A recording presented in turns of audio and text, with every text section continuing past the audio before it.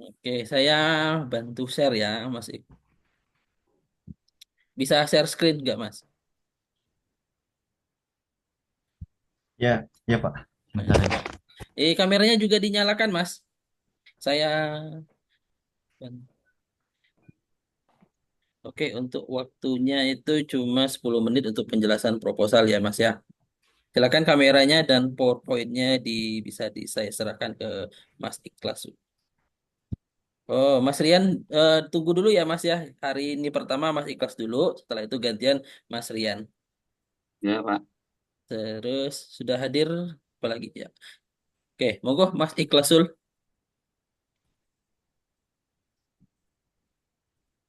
Waktunya 10 menit. Nanti kalau sudah siap saya boleh dikode saya ya, Mas ya.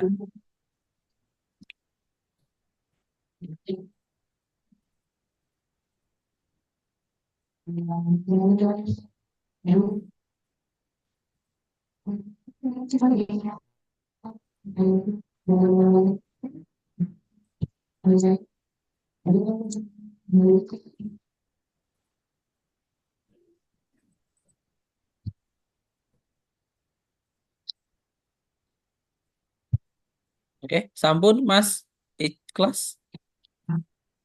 Siap dimulai.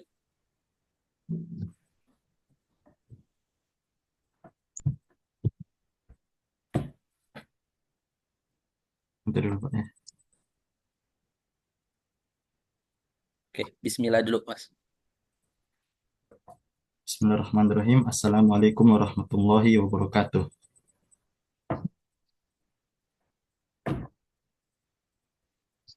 Alhamdulillah wassalatu wassalamu ala Rasulillah wa ba'd.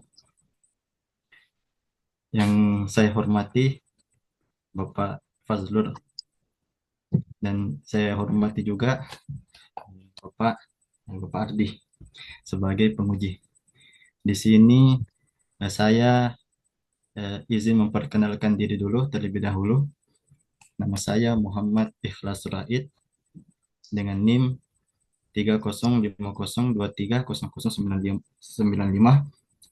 pembimbing Pak Pak Nizar. Insya Allah akan mempresentasikan proposal skripsi saya yang berjudul Penghayatan Pasangan Muda terhadap Pengelolaan Harta Keluarga yang Islami dalam Perspektif Teori Islamic World Management. Untuk mempersingkat waktu, saya langsung saja ke latar belakang. Yang pertama Mohon adalah, maaf, Mas Ikhlas, ini kayaknya screen-nya masih di apa ya? Di download, folder download. oh, baik, baik. Ini saya, bentar Pak ya. Di pause dulu nanti. Ini Pak, sudah. Masih belum, Mas Ikhlas. Oke, oke, udah siap, Mas. Oke, di sini.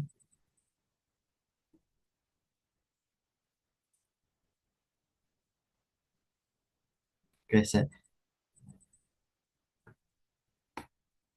ini langsung saya di Google-nya. Pak ya. Ya, untuk saya lanjutkan untuk latar belakang. Di sini keluarga adalah kelompok sosial terkecil dalam masyarakat dan juga sebagai unit terkecil dalam masyarakat. Kemudian keluarga atau rumah tangga yang baik atau yang ideal itu seharusnya sejalan dengan ajaran Al-Quran dan tuntunan Rasulullah Sallallahu Alaihi Wasallam untuk eh, untuk dengan tujuan mendapatkan ridha Allah Subhanahu Wa Taala. Rumah tangga yang Islami yang didasari atas niat beribadah kepada Allah Subhanahu Wa Taala akan tentunya akan memperhatikan setiap aspek-aspek dalam kehidupannya nanti kelak. Sebagaimana yang difirmankan dalam surah At-Tahrim, ya, A'udzubillahi minasyaitonirrajim. Ya ayyuhalladzina amanu ku anfusakum wa ahlikum naro. Wahai orang-orang yang beriman, jagalah diri kalian dan keluarga kalian dari siksa api neraka. Jadi seyogyanya keluarga yang Islam itu harus menjaga dirinya dan keluarganya kelak dari siksa api neraka. Tentunya untuk menjaga dari siksa neraka ini perlu ada perhatian khusus termasuk dalam pengelolaan harta. Kenapa harta penting dalam pengelolaan? Karena disebutkan dalam hadis Rasulullah SAW yang artinya di sini tidak akan bergeser dua telapak kaki seorang hamba pada hari kiamat sampai dia ditanya atau dimintai pertanggungjawabannya tentang umurnya, kemana dia habiskan, tentang ilmunya, bagaimana dia mengamalkannya, tentang hartanya, dari mana dia peroleh, dan kemana dibelanjakannya, serta tentang tubuhnya untuk apa dia gunakan. Kalau kita mencermati hadis ini, maka kita bisa mengambil kesimpulan bahwasanya pada hari kiamat kelak, harta akan ditanyakan dalam dua pertanyaan, yaitu di mana dia diperoleh dan di mana dia belanjakan. Tentunya karena ini harta ini memiliki peran penting dari kehidupan. Kenapa peran penting dalam kehidupan? Karena banyak faktor-faktor yang menyebabkan perselisihan, perceraian, pembunuhan karena harta tersebut. Karena harta tersebut. Sehingga perlu bagi keluarga, khususnya keluarga muslim ini untuk dikelola dengan baik. Saya lanjut ke pengelolaan keuangan atau pengelolaan harta. Pengelolaan harta yang ada di Indonesia ini terkhususnya masih menggunakan pengelolaan yang konvensional atau bersifatnya kapitalis.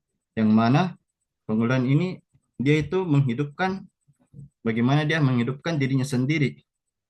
Nah, berbeda dengan pengelolaan secara Islami.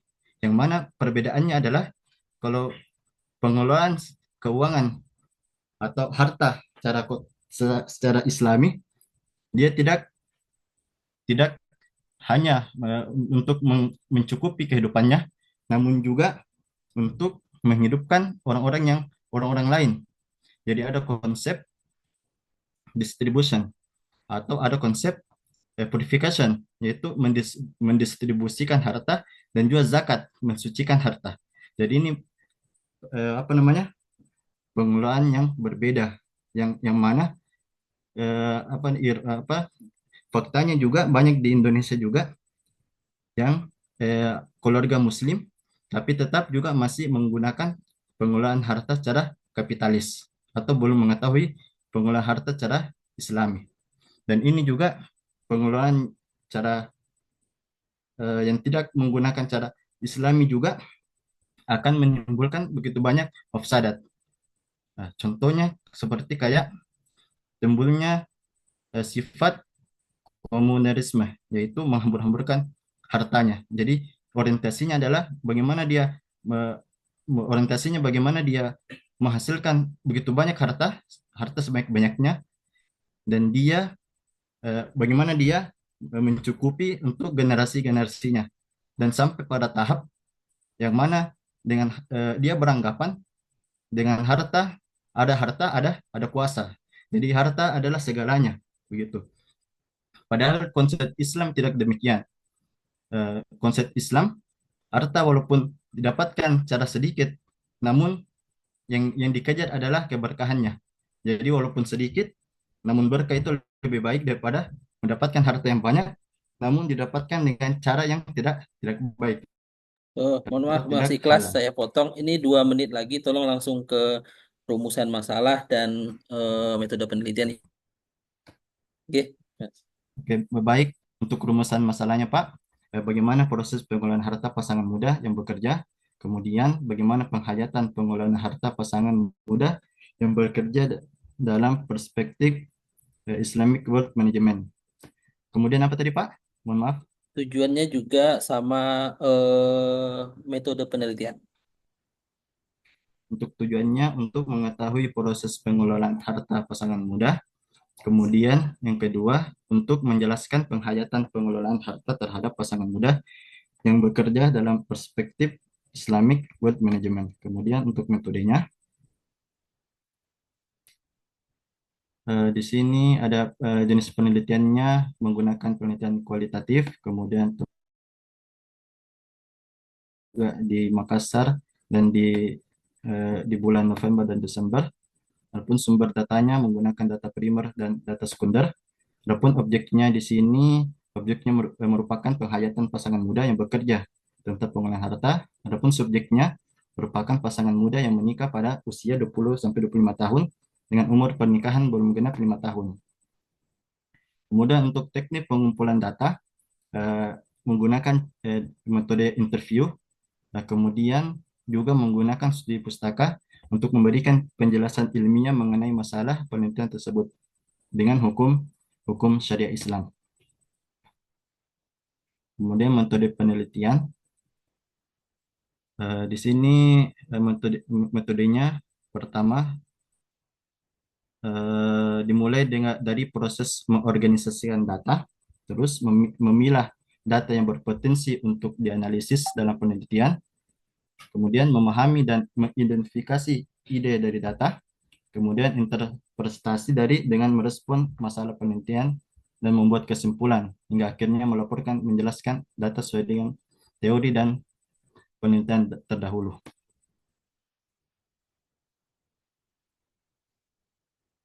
Kok sistematikanya juga dijelasin, Mas?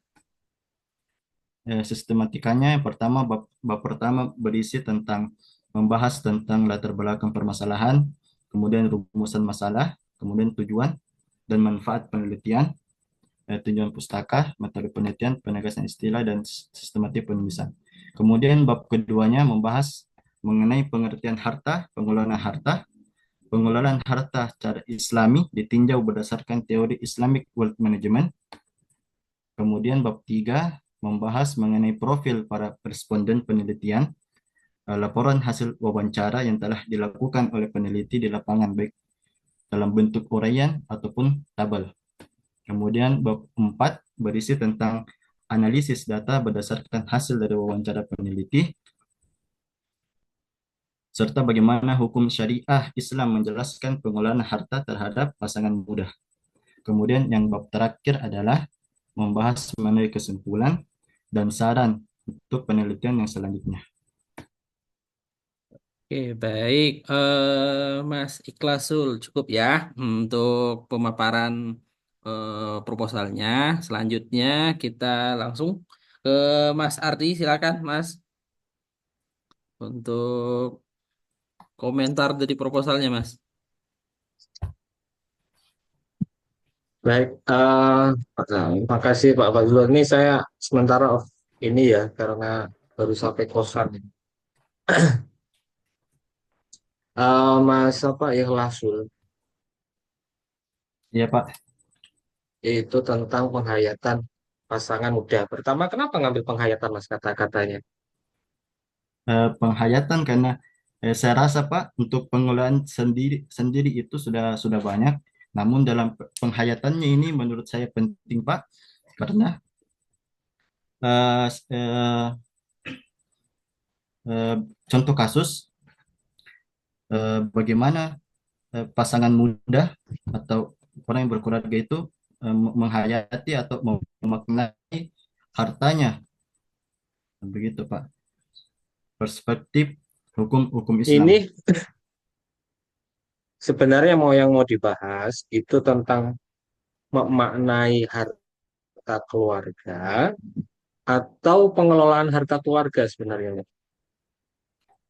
Sebenarnya yang mau dibahas itu lebih ke hukumnya Pak. Jadi untuk pengelolaan harta ini sebagai teori saja dan nanti diarahkan ke hukumnya bagaimana hukumnya sebenarnya Islam dalam mengelola harta gitu Pak. Jadi nanti di akhirnya Saya maksudnya itu yang dikaitkan mau dibahas itu sebenarnya makna dari harta atau pengelolaan harta. Ini makna dari dua dua apa ya? Dua pemaknaan yang berbeda ini dalam penelitian. pengelolaan harta termasuk Iya tentang apa ini agak ada berbeda ini. Maksudnya makna harta keluarga artinya di situ berarti memahami harta keluarga atau eh, pemahaman terhadap pengelolaan harta keluarga. Ini yang kira-kira eh, yang mau dibahas sebenarnya apanya? Makna harta keluarganya atau pengelolaan harta keluarga. eh, yang dibahas adalah eh, pengelolaan dan nanti diarahkan ke hukumnya, Pak. Jadi eh, nanti Lah ada ya, teorinya. maksudnya itu kan sebenarnya stressingnya apa? Stressingnya itu sebenarnya kan ini tentang pengelolaan harta keluarga, ya kan? Yang saya tangkap di sini adalah bagaimana pasangan muda di keluarganya, apakah pengelolaannya itu berdasarkan nilai-nilai Islam atau tidak, ya kan? Iya, Pak. Jadi pengelolaannya Iya kan? juga apakah sudah sesuai dengan perspektif hukum Islam dan bagaimana juga mereka menghayati atau memaknai hartanya itu sendiri, Pak. Jadi Lah ya, dari mana kalau dihasilkan untuk kalau ini Mas Ihsanul, kalau apa ya penghayatan itu kan lebih konotasinya sebenarnya itu dalam penghayatan keagamaan atau penghayatan apa ya nilai apa nilai-nilai spiritual sebenarnya. Kalau penghayatan, padahal yang mau diteliti ini kan sebenarnya pengelolaan harta, toh.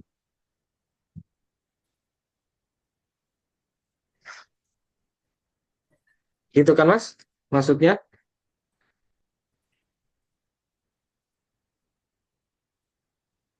em, Jadi yang saya baca itu dari proposal ini adalah bagaimana pasangan muda yang mengelola harta keluarganya, iya kan? Iya enggak, Mas? Suara saya jelas enggak? ya, Jelas Mas, cukup Mas. Halo? Jelas? Jelas jelas Mas. ya sesuai Yaitu dengan hukum yang mau dibahas Islam sebenarnya atau pengelolaannya. tidak, Pak. Berarti kan ini masa mau diteliti bagaimana pengelolaan harta Ya, jelas, Pak. keluarganya. Jelas. Apakah pengelolaan hartanya itu sesuai dengan nilai-nilai Islam atau tidak? Seperti itu kan yang dimaksud?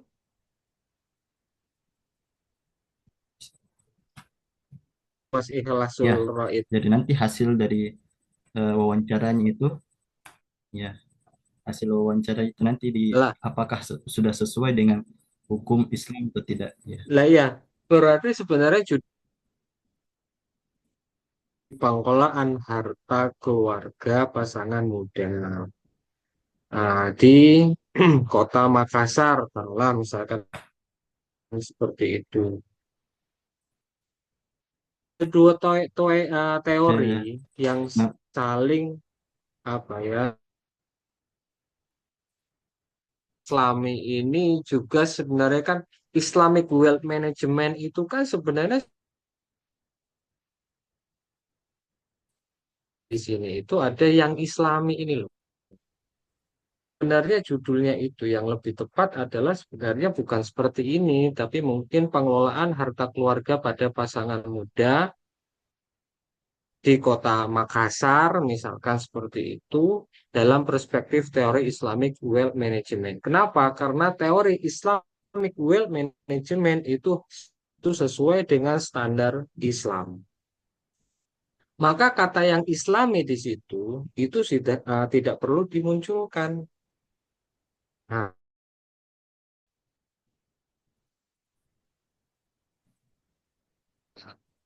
maksud saya paham enggak? Suara saya terdengar? eh, nah, Nah, ya, ya, jadi paham.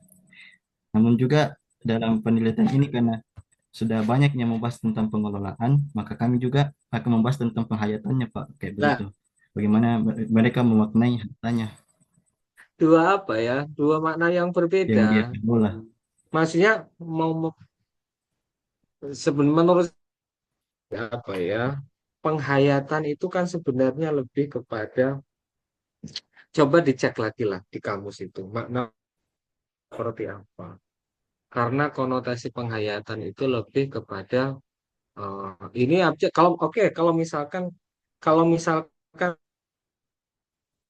Tapi ini juga judul ini akan menjadi sulit di, apa ya, difahami karena penghayatan pasangan muda terhadap pengelolaan harta keluarga. Ini secara tata kata saja dalam judul ini sebenarnya masih agak ambigu. Harusnya itu dalam judulnya itu ya kalau misalkan mau yang dihayati itu adalah pengelolaan harta keluarga, berarti ya penghayatan pengelolaan harta keluarga. Tapi sekali lagi kata penghayatan itu cobalah dicek lagi itu. Nah, untuk apa penggunaan penghayat itu juga harus hati-hati. Eh, Jangan kemudian oke kita pemaknaan atau hakikat apa ya, dan hakikat makna pengelolaan harta keluarga pada pasangan muda atau warga pada pasangan muda kan gitu. Penghayatan itu di dalam strategi itu juga bisa masuk. Lah yang Islaminya ini harusnya juga sudah tidak usah dibahas di sini karena sudah masuk dalam Islamic Wealth Management. Maka nanti teorinya itu teori Islam Management itu untuk menganalisa data yang dihasilkan dari pasangan muda yang ada di Kota Semarang dalam em, memahami pengelolaan harta keluarga. Tapi di sini juga agak bingung nanti interviewnya pertanyaan bagaimana tentang pemahaman pengelolaan harganya ini juga agak bingung nantinya. Karena memang sebenarnya banyak atau tidaknya Mas Pak Ihsan, misalkan kok sudah banyak yang membahas tentang pengelolaan harta keluarga. Tidak ada masalah. Tidak ada masalah itu. Sudah banyak yang enggak masalah, nggak apa-apa. Karena ini masih skripsi. Tapi mungkin dilihat dari teori Islamic Wealth Management-nya, nanti analisanya kamu menggunakan misalkan dikasihlah kaidah-kaidah fikih. Itu sudah berbeda dengan penelitian yang sebelumnya. Sudah apalagi misalkan di Kota Makassar. Ini menjadi masalah juga Mas Ihsan karena di sumber datanya hanya 8 pasangan itu tidak merepresentatifkan untuk satu kota Semarang. Jadi judulnya mungkin nanti bisa didiskusikan kembali dengan pembimbingnya. Ya, kalau menurut saya itu judul ini penghayatan pasangan muda terhadap pengelolaan harta keluarga yang Islami. Nah, dalam perspektif dalam judul itu tidak usah uh, dipakai kata Islami itu yang pertama karena yang Islami itu sebenarnya sudah ada di dalam Islamic Wealth Management. Nah, masalahnya di sini kalau tetap dipakai yang Islami itu ada dua kata di dalam satu judul. Pertama adalah yang Islami, kemudian Islamik. Nah, kalau bisa itu dalam satu judul itu dihindari dua kata, apalagi misalkan lebih dari dua kata. Maka sebenarnya kalau misalkan tetap menggunakan penghayatan, penghayatan pasangan muda terhadap pengelolaan harta keluarga dalam perspektif teori Islamic Wealth Management itu sudah cukup, ya kan? Itu. Atau penghayatan itu juga bisa sinonimnya itu pemahaman. Itu juga bisa menggunakan pemahaman pengelolaan harta keluarga pada pasangan muda dalam perspektif teori Islamic Wealth Management. Itu malah lebih clear. Orang tidak ambigu dalam memahami judul uh, jenengan. Ya. Itu malah lebih clear itu pengelolaan harta. Pemahaman itu kan sebenarnya makna memahami itu di dalamnya itu ada kata penghayatan.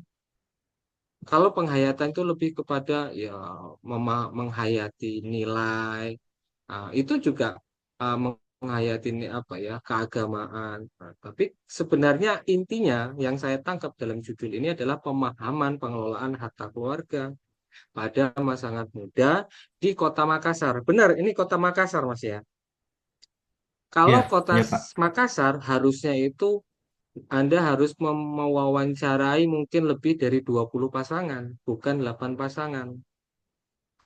Karena kota Makassar itu kan banyak. Yang nikah pasangan muda itu juga banyak. Nah, paham maksud saya, Mas? Jadi harusnya Ya, itu Pak. Paling paling banter saya yakin itu bukan di kota Semarang, paling satu kecamatan atau satu kelurahan atau tetangga jenengan. Yang mau diwawancara itu 6 itu siapa? Keluarga, tetangga, teman kantor, siapa Mas? Eh, Bermacam-macam, ada kenalan, ada juga teman. Lah ya, kalau kota Makassar kemudian diwakili dengan 6 atau 8 pasangan, nah itu sebenarnya tidak ideal. Maka lebih dispesifikasikan Hmm. saja dalam suatu kecamatan. Nah, itu oke lah, dianggap yang penting Mas sudah jadi lah itu. Dari judul Mas, menurut saya itu lebih tepat dengan memakna apa dengan judul pemahaman pengelolaan harta keluarga pada pasangan muda di kecamatan apa ataupun kalau kota Semarang boleh kota Makassar boleh tapi respondennya konsekuensinya nanti harus ditambah.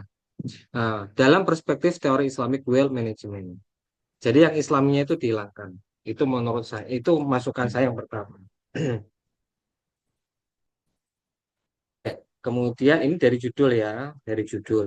eh ini saya mungkin ini saja, ini di close aja gimana? Saya coba nampilkan ininya, proposalnya. Ini di close aja coba. Pak Ipas boleh.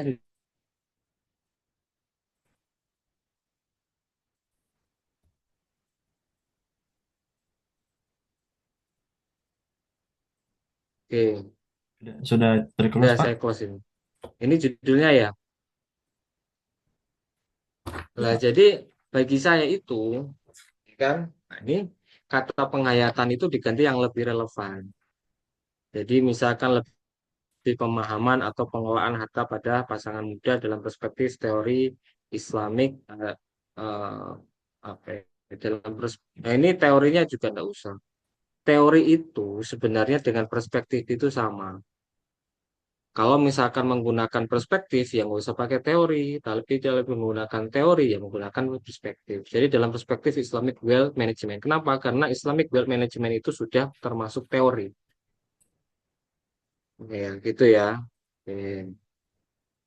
Kemudian, dalam latar belakang, sebenarnya masalah yang krusial, masalahnya apa? Sehingga, ya, ini berapa menit Pak Ipas? Saya ini. Oh, Boko Mas, sehancur-hancurnya sampai habis-habis, sampai Mas Ikhlasul Oh siap enggak, menerima. ya enggak, maksudnya saya juga ada ada Ya, tugas Mbak. kuliah yang harus saya garap ini. Oke, Ya, monggo. nanti ya Se 5 menit yang atau 10 penting-pentingnya apa aja 10 Mas, menit. nanti file yang di komentar ini dikirim ke Mas Ikhlasul. Gitu aja Mas. Jadi Roid itu Mas Ikhlas itu harus menjelaskan problem statement ya pertama. Problem statement dalam latar belakang ini saya belum menemukan sebenarnya.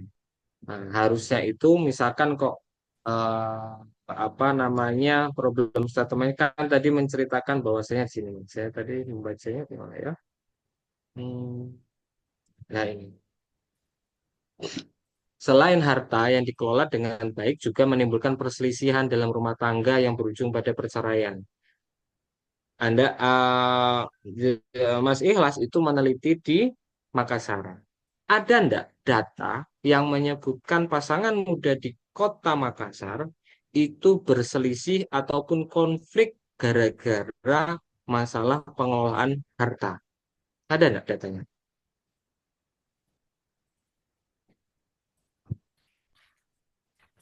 Setelah saya cari di Google secara umum, kalau data perceraian secara Lah, umum saja, Pak.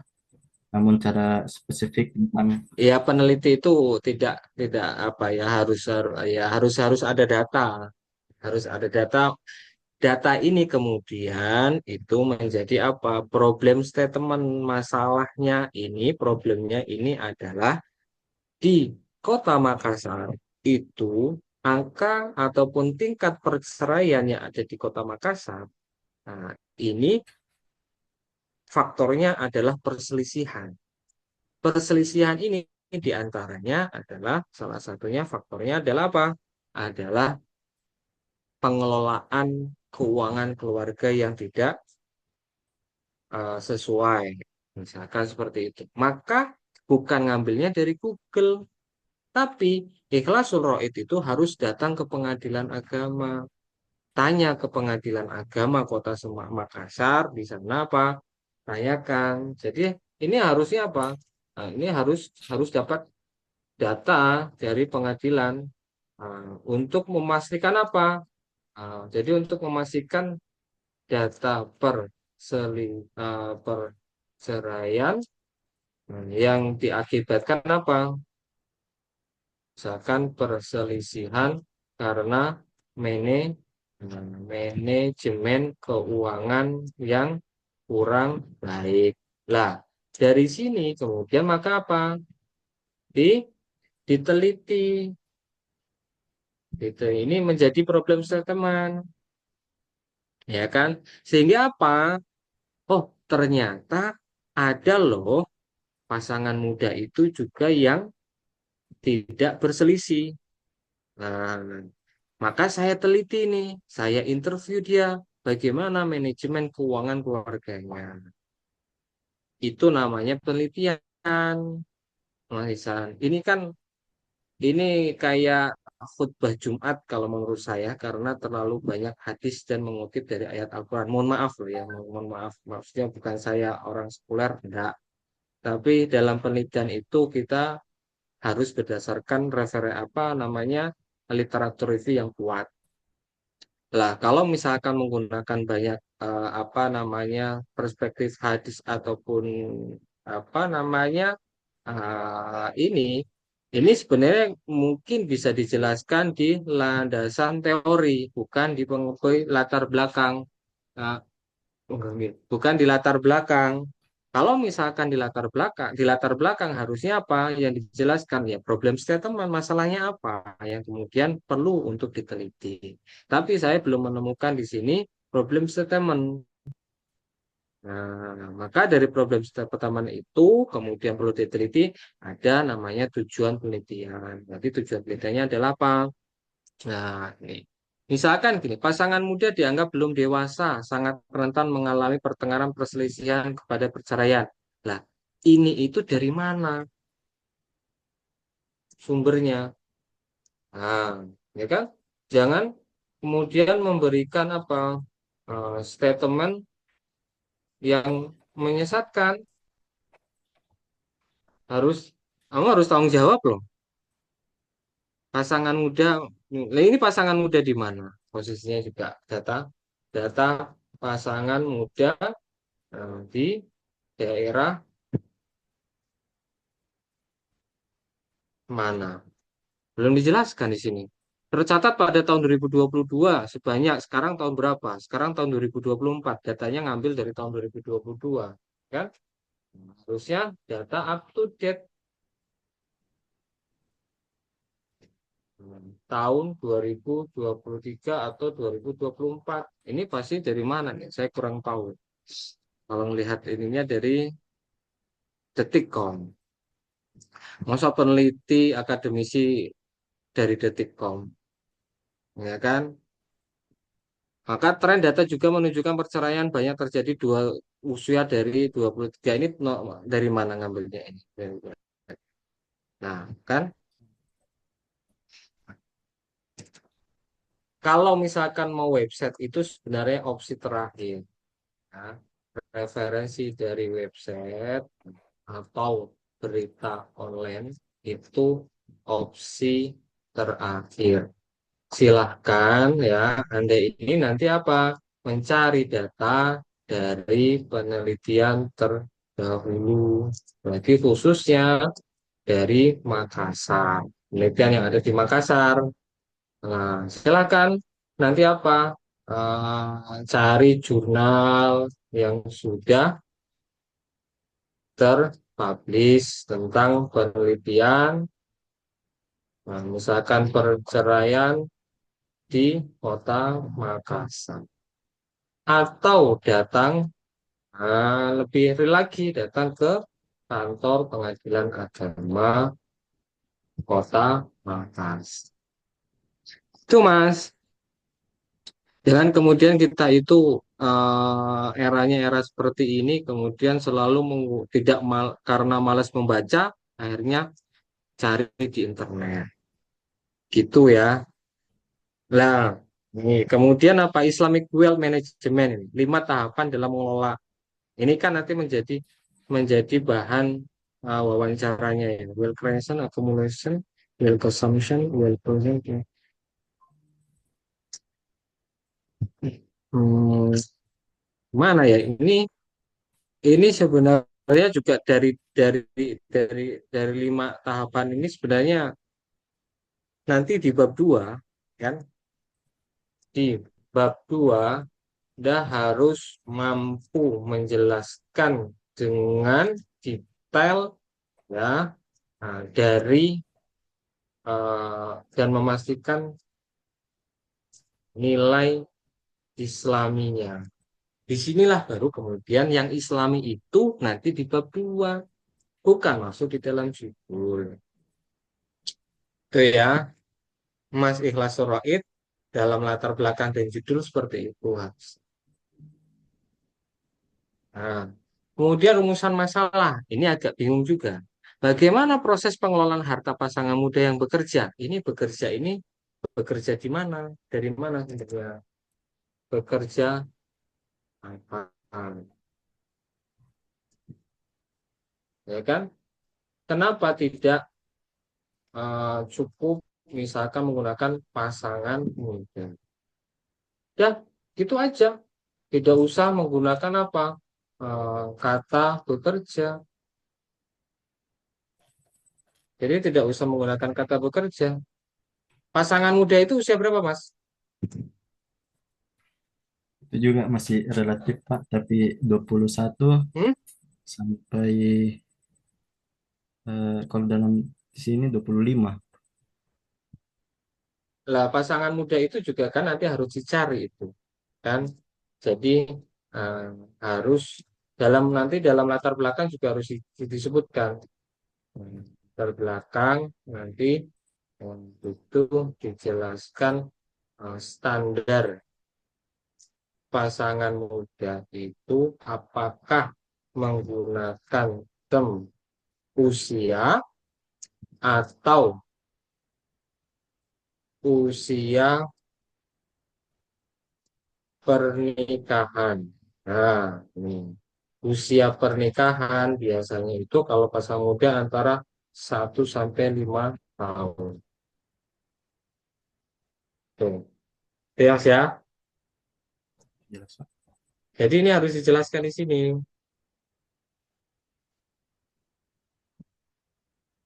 Tuh, kemudian bagaimana penghayatan pengelolaan harta pasangan muda yang bekerja dalam perspektif.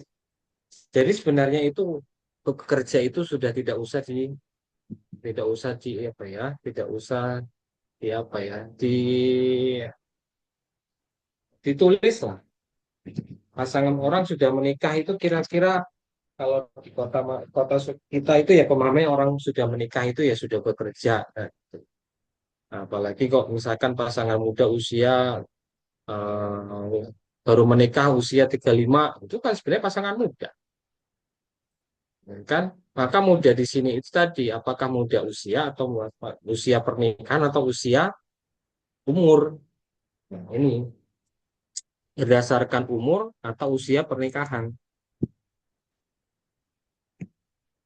Itu ya, Mas. Ya, Kemudian tujuan penelitian, nanti tujuan penelitian itu juga harus menyesuaikan. Kalau bagaimana itu sebenarnya untuk mendeskripsikan, untuk mengetahui itu sebenarnya apa, di sini apa, kan menggunakan bagaimana, maka harusnya mendeskripsikan. Kemudian tujuan ini uh, kendalanya memang yang kelas RPL ini tidak kayaknya minim membaca pedoman. Jadi susunannya itu tidak sesuai dengan kaidah yang ada dalam buku pedoman penulisan skripsi. Nanti silakan dibaca lagi. Ini contohnya ini. Ini kan pengelolaan keuangan keluarga, kan? Studi kasus wanita karir di Unisula. Ini jadi cukup pengelolaan keuangan keluarga saja. Kalau misalkan jenengan ya, misalkan pengelolaan harta keluarga, harta itu juga agak bingung itu sebenarnya. harta itu kan mencakup banyak sebenarnya. Harta itu bisa harta warisan, bisa harta bersama. Nah, kan yang dimaksud dalam judul ini apakah harta warisan, harta bersama, atau harta nafkah? Atau lah, kalau misalkan yang pas ini adalah keuangan memang, pengelolaan keuangan keluarga, bukan harta. Ini saya yang membimbing karena dulu saya yang membimbing dan saya yang membimbing judulnya. Jadi saya persis tahu ini tentang isi skripsi ini. Maka yang yang pas adalah ya keuangan. Makanya adanya manajemen keuangan bukan manajemen harta. Ya ada. Kalau manajemen harta itu ya harta itu umum. Ada harta bersama, ada harta waris. Jadi arti dari harta itu sebenarnya lebih umum dibandingkan keuangan. Itu ya. Kemudian jenis penelitian. Nah, ini tadi kalau misalkan sumber datanya dari Makassar, maka sebenarnya muncul dalam judul Kota Makassarnya itu silakan dimunculkan. Dan data primer dikumpulkan langsung dari wawancara. Nah, wawancaranya itu ini usia 21 sampai 25 tahun 8 pasang. Ya, kalau dari Makassar ya kurang mempresentasikan 8 pasang itu minimal 20 atau 30.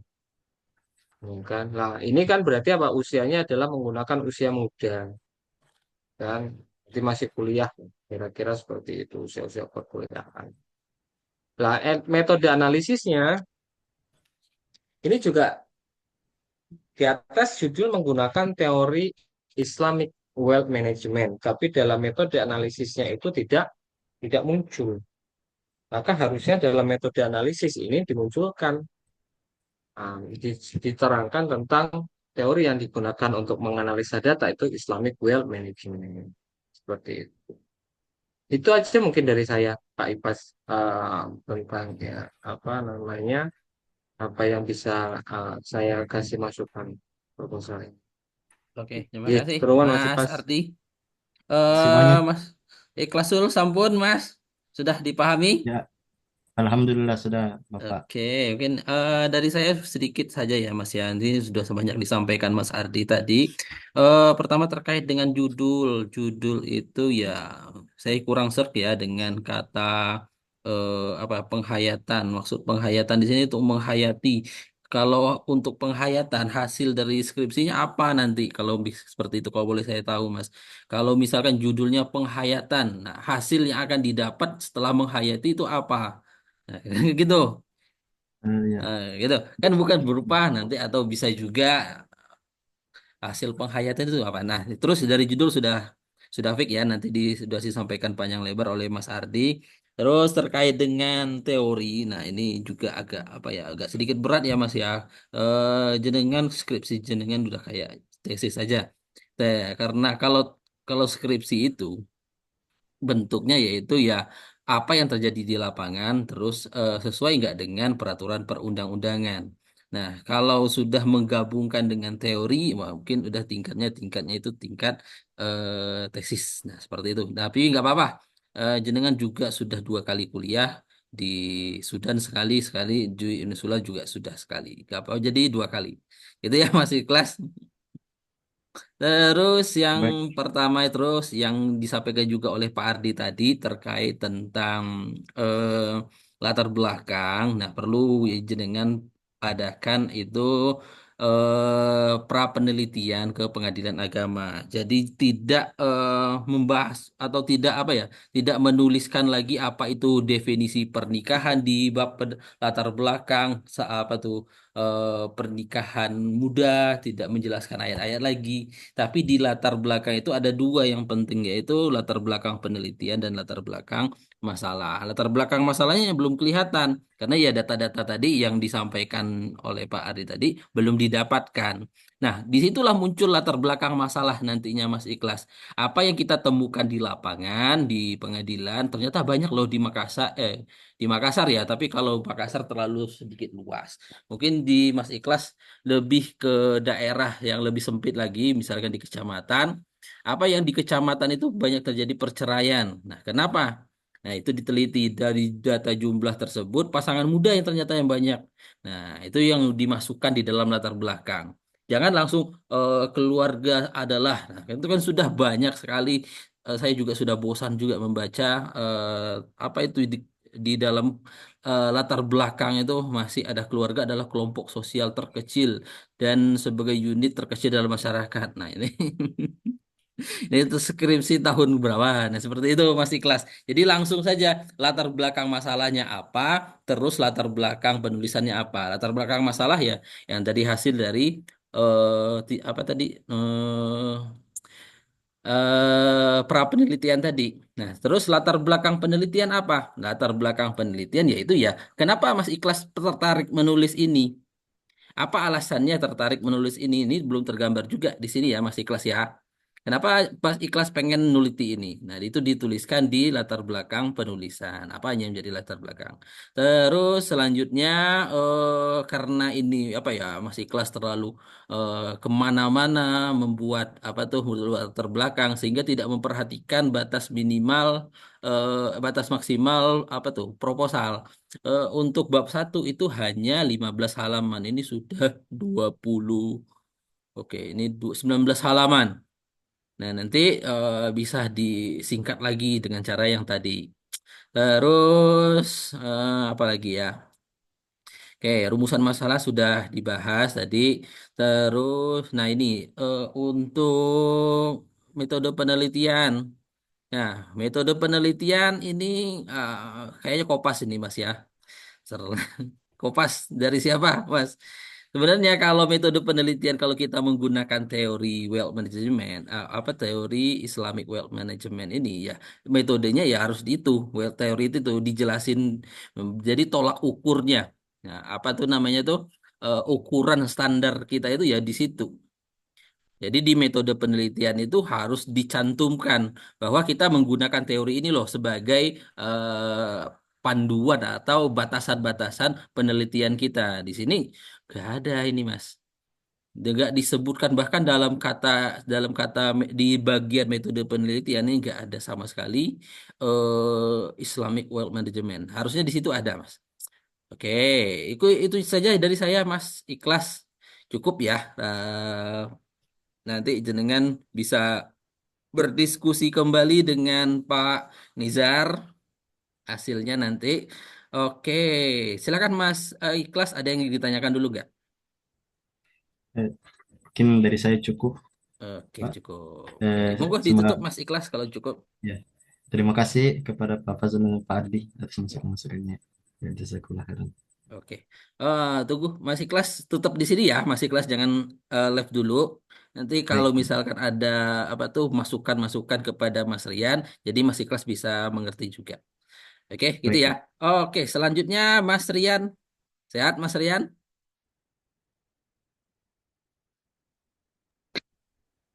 Iya, Pak. Nah, Pak oke. dengar, Pak. Gimana kabarnya Mas Rian sehat? Alhamdulillah, Pak sehat. Alhamdulillah sehat. Nah, monggo Mas Rian bisa di share screen atau bisa langsung tanpa share screen PPT boleh. Oke. Kelihatan, Pak, ya? Nah, oke siap kelihatan Mas. Monggo saya beri waktu 10 menit ya, Mas ya.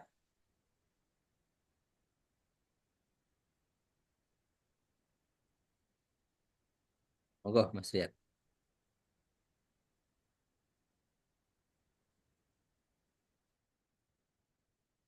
Assalamualaikum warahmatullahi wabarakatuh. Bismillah, alhamdulillah, la haula wa la quwata illa billah. Rabbi shrah li sadri wa yassir li amri wa hlul 'uqdatam min lisani yafqahu qawli amma ba'du. Terima kasih Pak Fadlur juga Pak Ardi selaku dosen penguji dalam malam ini dan juga Mas Ikhlas yang masih di dalam Zoom di malam hari ini juga. Di malam hari ini semuanya sehat walafiat. Saya ajak panjenengan semuanya untuk mengucap puji syukur kehadirat Allah Subhanahu wa taala atas segala nikmat karunia yang diberikan. Salam salam juga selalu tercurah limpahkan pada Nabi besar kita Nabi Muhammad SAW yang memberikan kita nantinya dan selalu kita harapkan selalu syafaat di dunia wal akhirah amin. Ah, Bapak penguji, Pak Fatur juga Pak Ardi, serta teman saya Mas Ikhlas ini, saya akan mempresentasikan yaitu pengaruh media sosial terhadap minat menikah dengan abdi negara di KUA Kecamatan Dander, Kabupaten Bojonegoro.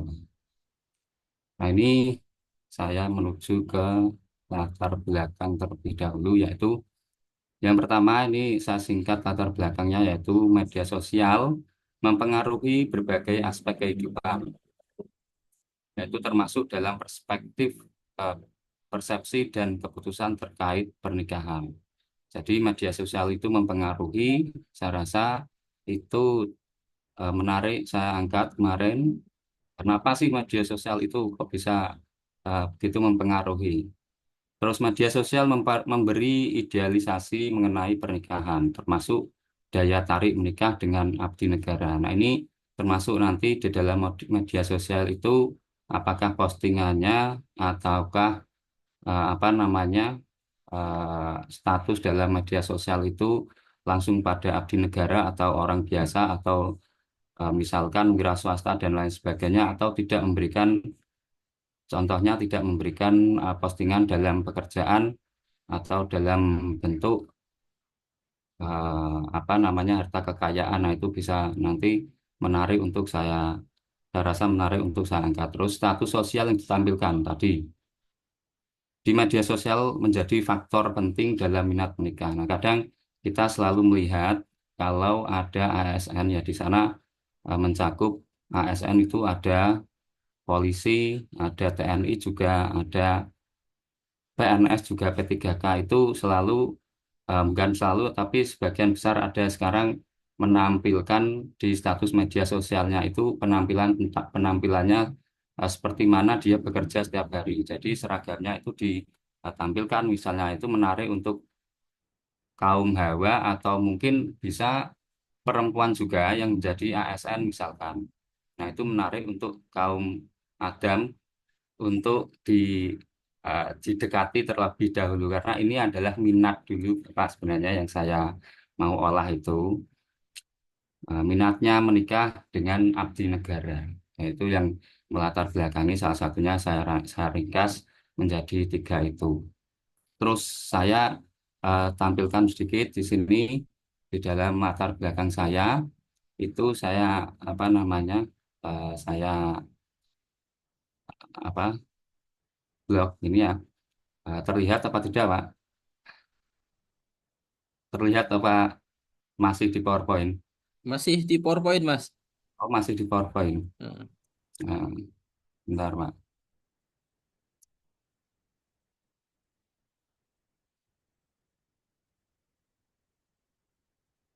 Nah ini apa namanya saya bacakan saja.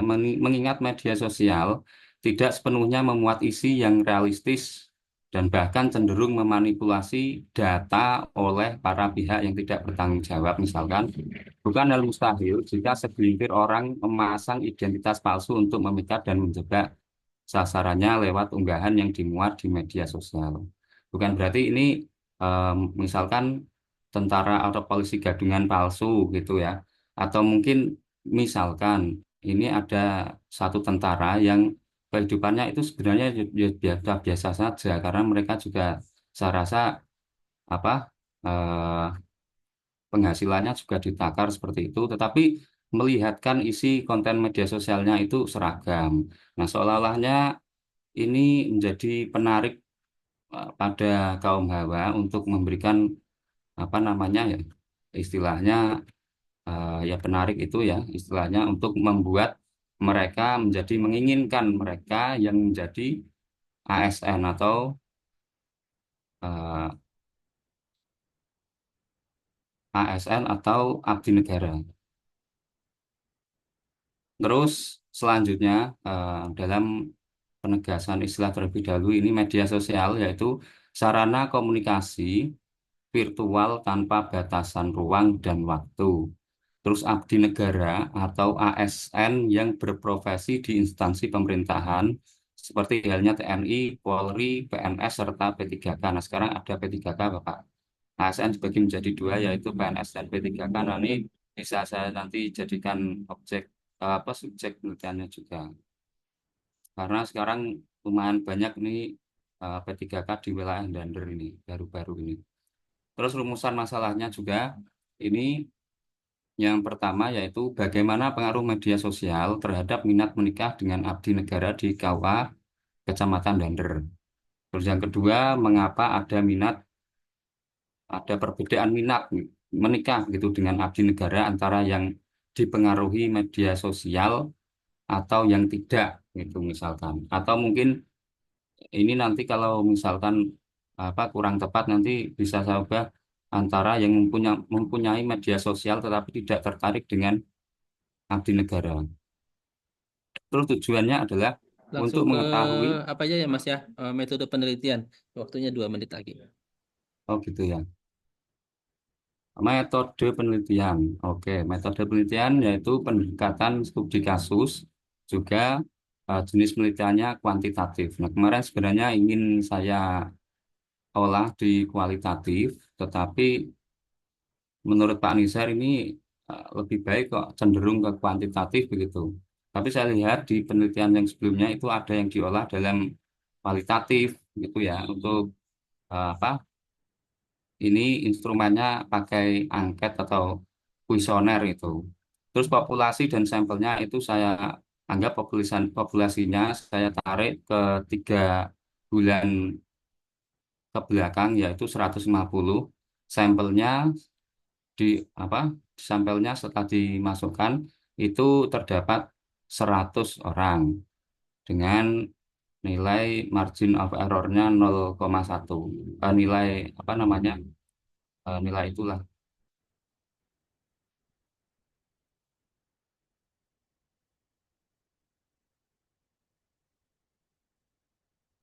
Terus sistematikanya yaitu bab 1 yaitu pendahuluan. Pada bab ini berisi latar belakang dan lain-lain yang seperti ada di PowerPoint ini kurang lebihnya. Juga bab 2 kajian teori yang memuat tentang beberapa kajian teori. Terus bab 3-nya metode penelitian yang memuat pendekatan penelitian, jenis penelitian, lokasi, jenis dan sumber data, metode pengumpulan data dan metode pengolahan data. Bab 4-nya pembahasan yang memuat tentang jawaban atas rumusan masalah. Bab 5 penutup berisi kesimpulan yang mempresentasikan seluruh isi. Saya rasa itu saja Bapak. Eh, Terima kasih. Mungkin ada apa namanya nanti tambahan dari Pak Fadlur juga dari Pak Ardi. Itu saja. Assalamualaikum warahmatullahi wabarakatuh. Waalaikumsalam warahmatullahi wabarakatuh. Monggo, Mas Ardi, langsung. Oke, bisa di close apa Mas screen? Oke, silakan Mas Ardi. Ya, sebentar, Mas. Baik, siapa ini? Mas Ikhlas, masih Ikhlas. Mas Rian.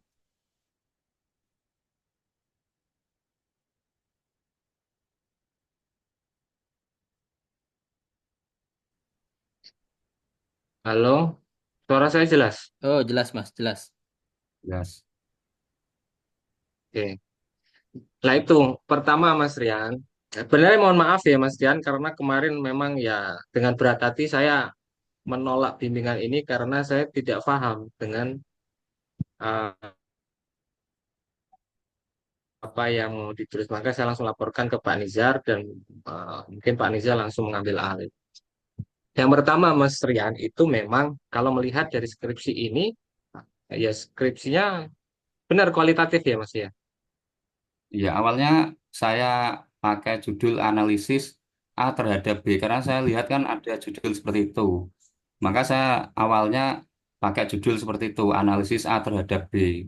Tapi ternyata setelah saya pertama kali kirim ke Pak Ardi kok kelihatannya Pak Ardi responnya kurang positif gitu untuk judul saya yang seperti itu. Terus saya ke Pak Pak Nur, maaf Pak, sama Pak Nizar itu diutus untuk merubah menjadi kuantitatif, gitu Pak.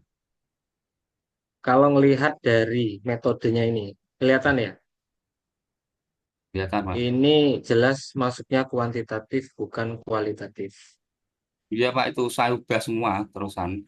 Awalnya kan pakai kuali, Ini jadinya kuantitatif atau kualitatif penelitian ini? sekarang kuantitatif karena Hmm? sudah semuanya pakai pengaruh, sudah nggak ada analisis lagi. Kemarin kan awalnya kan analisis dampak gitu loh Pak, analisis dampak Jadi ini masa menggunakannya kuanti ya, kuanti, ya betul kuanti, bukan kuali ya, bukan kuali ya, tapi kuantitatif ya Mas ya. kuanti, kuanti. Ah, bisa dibedakan ya antara kualitatif sama kuantitatif ya Mas ya. Iya Pak, bisa. Bisa ya. Artinya di sini itu sebenarnya kuantitatif. Ini sudah kelihatan nih. Ini kuantitatif. Oke. Kalau kuantitatif memang ini yang jelas penyusunannya ini hmm, ada hipotesa dan bentuk rumusan masalahnya nanti sebenarnya agak berbeda. Studi tentang pengaruh itu sebenarnya itu kan dia menggunakan dua hipotesa dan menguji dua hipotesa tersebut. Ya, misalkan gini, pengaruh media sosial terhadap minat menikah dengan abdi negara di kantor urusan agama Kecamatan Dander Kabupaten Bojonegoro. Lah, yang pertama adalah di kantor urusan agama Kecamatan Dander Kabupaten Bojonegoro ini yang mau diteliti adalah yang sudah menikah atau yang belum menikah sebenarnya. Yang sama teliti itu adalah para calon pasangan yang mendaftar di KUA Kecamatan Dander. Walaupun itu tidak Oke. tidak menikah dengan abdi negara, paling tidak kita mendapat apa respon dan juga tolak tolak balik begitu. Karena minat menikah karena menurut saya tidak harus menikah dengan abdi negara karena kan hanya minat dulu. Misalkan nanti orangnya minatnya menikah dengan abdi negara apa daya dia insecure atau mungkin ya dengan bahasa sekarang seperti itu kan bisa saja. Yang penting saya mendapat apa namanya mendapat respondennya demikian gitu Pak. Berarti ini sudah agak ada perubahan ya. Berarti data nanti yang akan didapatkan tidak harus dari abdi negara, Mas ya.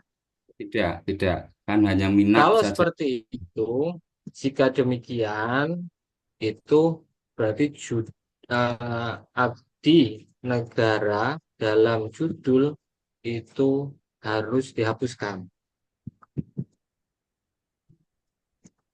Harus dihapus, Mas.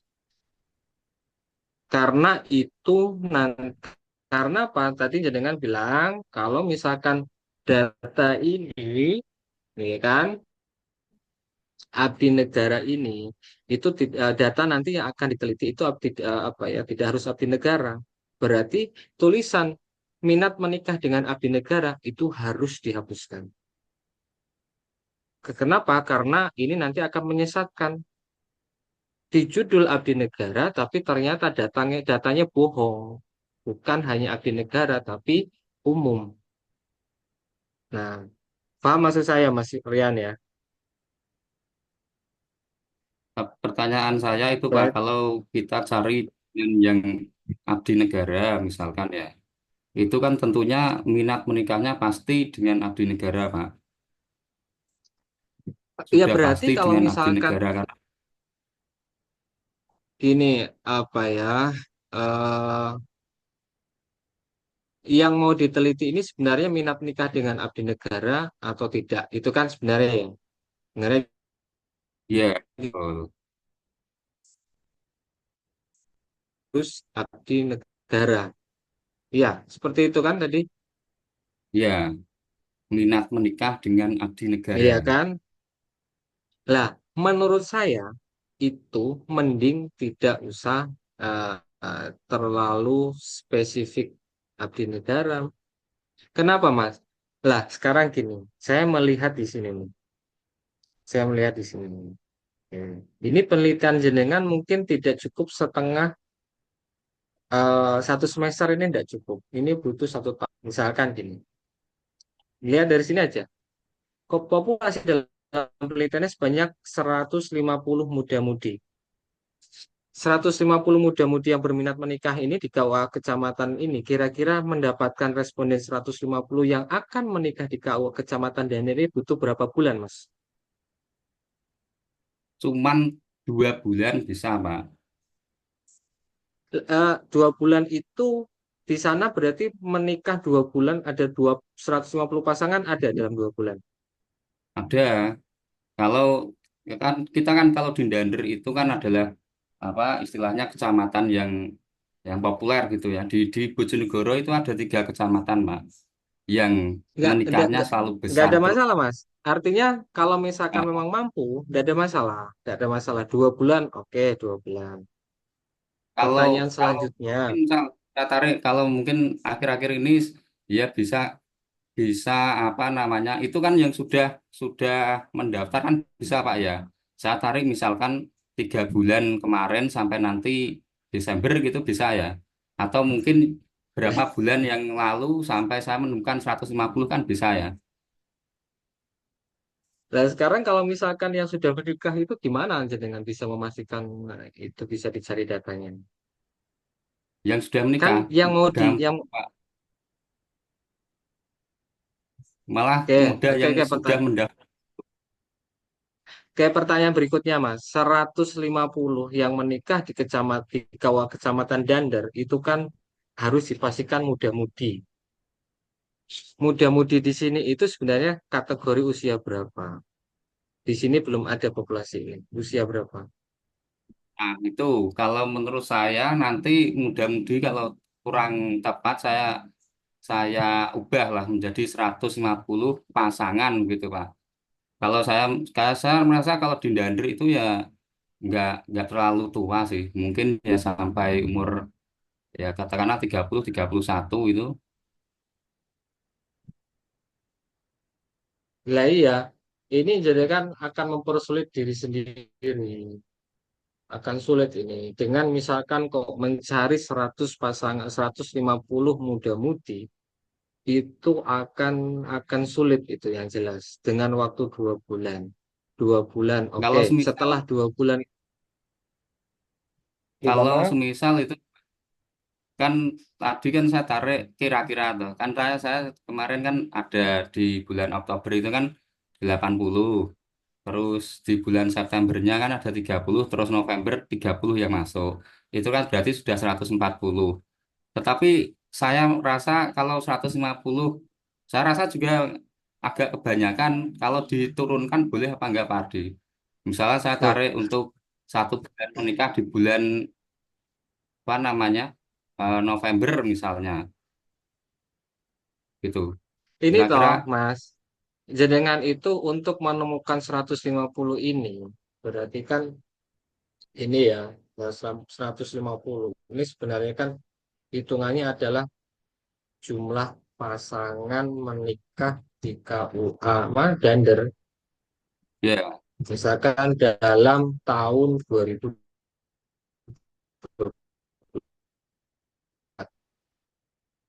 berapa, itu kan sebenarnya bukan jumlah total. Taruhlah misalkan dari Januari sampai bulan November ini ada berapa coba? Pasti akan lebih banyak. Jadi ini sebenarnya data ini data yang bukan real. Kenapa harusnya apa? Kita mau meneliti di bulan apa? Misalkan bulan Desember berarti harusnya menarik Januari sampai Desember berapa jumlahnya? Baru menggunakan apa? Menggunakan rumus ini nanti akan ketemu berapa angkanya. kalau itu kemarin saya tarik dari September, Oktober, November itu Pak. Saya jumlah itu sekitar Ya 100. dalam dalam meneliti itu harus ada batasannya. Batasannya itu kemudian ya apa namanya kalau mau meneliti itu kan berarti apa ya? Ya sudahlah. Ya intinya gini aja wis ini skripsi. Yang penting jangan tahu metodenya ya sama masalahnya ya. Oke, misalkan 150 itu kemudian dicari dengan menggunakan kuesioner ataupun angket. Oke. Kuesionernya itu nanti dibagikannya melalui apa, Mas? Nah, itu Apakah nanti print? sebenarnya kemarin kan saya dapat Pak Zainur Rokim, toh, Pak. Terus kata Pak Nizar ini kelihatannya ini sampean kelihatannya harus konsultasinya sama Pak Ardi gitu. Terus saya kemarin kan diberikan surat itu untuk memberikan jenengan sebenarnya itu. Fungsinya juga untuk konsultasi terkait dengan metode ini lebih lanjut gitu Pak. Kalau mungkin berubah menjadi kuantitatif kan ternyata benar menjadi kuantitatif kemarin seperti itu. Iya, memang ini kemarin makanya kan kemarin sebenarnya dari awal saya agak bingung. Pertama gini, Mas, kalau misalkan kuantitatif itu sebenarnya rumusan masalahnya ini sebenarnya menguji hipo hipotesis. Hipotesis itu apa, Mas? Hipotesis itu apa misalkan eh, ya seperti masalahnya itu Pak. Ya, hipotesis itu lebih kepada apa ya namanya? Mana ya cara membahasakannya hipotesis itu Stigma. hasil penelitian sementara atau dugaan sementara. Dugaan. Dugaan sementara. Berarti dugaan sementara itu hanya ada dua, yaitu apa? Yang tadi di awal, tadi Berpeng saya tulis apa? Apakah media sosial memiliki pengaruh terhadap peminatan pasangan hidup? Misalkan masyarakat kecamatan Ganda, Kabupaten Bojonegoro. Yang kedua, hipotesis yang kedua itu apa?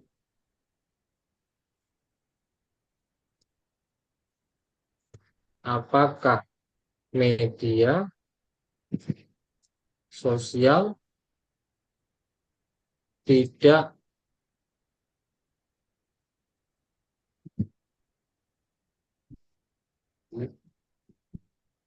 hmm,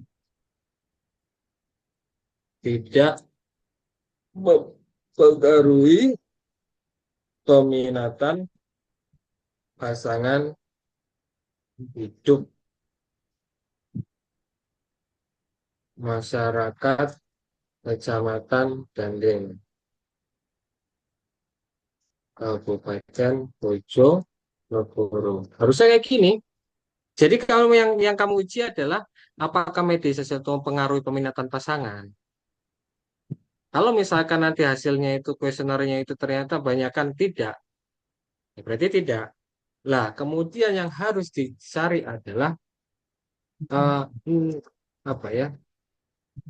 Nilai independensi, nilai X, faktor faktor yang harus dicari nih. Harus dicari faktor X terhadap Y. Nah, faktor X-nya ini apa? Faktor X-nya adalah faktor peminatan pasangan hidup. Nah, ini. Orang minat pasangan hidup apa? Terhadap media sosial. Ini harus dicari, Mas. Harus dicari. Jenengan mencari ini, kemudian nanti membuat kuesioner, kemudian apa namanya? Menyebarkan ke 150, baru nanti 150 itu nanti dimasukkan di dalam eh, kan nanti hasilnya itu hasil di run data melalui SPSS ini yang paling mudah atau SEM Amos kan. Ini nanti Mas jelimet nanti. Jelimet Mas. Ya. saya akan lama sebenarnya, tapi tidak apa-apa kalau memang jenengan mau tetap apa penelitian ini tidak apa-apa. Nah, ini nanti butuh jenengan harus belajar SPS atau SEM Amos ataupun yang lain, silahkan nanti tekniknya menggunakan apa.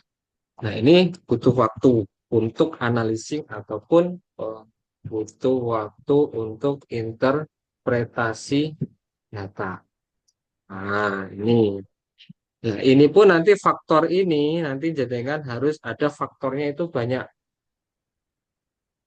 Faktornya itu nanti harus berdasarkan literatur dari jurnal yang sudah pernah meneliti.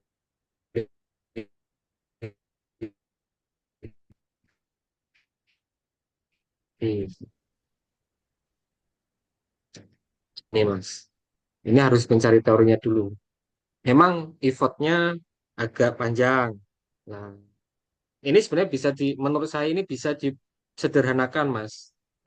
Menghindari kuantitatif yang agak ribet seperti ini bisa dijadikan kualitatif sebenarnya. Saran saya, mau nggak tak saran nih, Mas? Monggo Pak, Mau gimana nggak, Pak? Mas? Nah, sarannya itu sebenarnya ada kuncinya sini. Dampak media sosial bagi kehidupan perkawinan. Kenapa jenengan nggak menggunakan dampak saja? Kalau sudah dampak itu jenengan apa menggunakannya? Berarti apa? Dampak media sosial terhadap peminatan pasangan hidup di kecamatan, awas, Dender, Dan itu Kabupaten Bojonegoro. Nah, dispesifikan untuk apa namanya abdi negara nggak bisa Pak. ya gini kalau misalkan abdi negara ya cukup gini dampak median uh, jenengan ASN, Oh. jenengan ASN. Proses Pak. Ya gini, kalau kayak gitu ya tinggal gini. Dampak status sosial abdi negara terhadap peminatan pasangan hidup. Jadi apa? Jenengan kualitatif menggunakan interview pada pasangan yang menikah dengan abdi negara. Mbak, kenapa kamu kok menikah dengan abdi negara? Emang apa motivasinya? Apa latar belakangnya? Kenapa tidak memilih yang wirausaha? Oh, ternyata abdi negara itu terjamin sama negara, Mas. Gajinya juga terjamin, nanti juga dapat pensiun. Secara status sosial juga kan ASN itu mungkin di KTP-nya atau apanya tertulis ASN. Misalkan itu lebih lebih gila memiliki nilai daripada Pak Ifas yang statusnya wira swasta, misalkan seperti itu. Lah, itu menggunakan kualitatif. Kamu nggak usah nyari nyebar kuesioner. Ini saya membayangkan tidak cukup 6 bulan. Kecuali kamu mau bimbingan skripsinya 1 tahun, Mas. Ini tak kasih opsi. Opsi ini lebih mudah dibandingkan skripsi yang jenengan garap. Ini kualitatif malah enak. Kamu tinggal ada datang misalkan yang yang mendaftar di KUA Dender dicek toh, ini suami atau istrinya kok ASN. Nah, begitu menghadap atau mendaftar tanyain, Mbak, Mas, saya mau boleh tanya nggak? Saya itu punya penelitian nih. Atau misalkan data yang sudah menikah, kan tadi jenengan bilang ada 80. 80 itu diklasifikasikan itu. Yang menikah salah satu diantaranya adalah statusnya ASN, alamatnya di mana atau nomor teleponnya berapa, kamu telepon ajak wawancara. Selesai skripsinya jenengan dengan kualitatif dengan judul yang ini, Mas. Daripada kuantitatif, mumet. Itu Mas Rian menurut saya kalau misalkan menghindari kuantitatif. Saya Jadi sebenarnya kemarin menggunakan mau variabelnya Pak. Berarti. mau memberikan solusi ini, tapi kok jenengan jawabannya itu sudah sangat tertutup. Jadi saya juga menjawabnya dengan tertutup juga. Sebenarnya itu. Nah, kalau misalkan jenengan kemarin agak terbuka jawabannya, saya akan membuka diri dengan memberikan beberapa alternatif terhadap penelitian jenengan ini biar tidak terlalu menyulitkan jenengan. Itu menurut saya. Itu aja mungkin Mas Sebenarnya Rian menurut saya. Jadi nanti tinggal di apa namanya tinggal dikonsultasikan lagi dengan Pak Nizar kira-kira kalau mau kualitatif boleh enggak? Kalau kualitatif ya judulnya ini. Gitu Mas Rian. ya sebenarnya kemarin kan itu Pak. Ya apa namanya saya kan agak lama toh kalau apa namanya kalau garap skripsinya soalnya ya itu.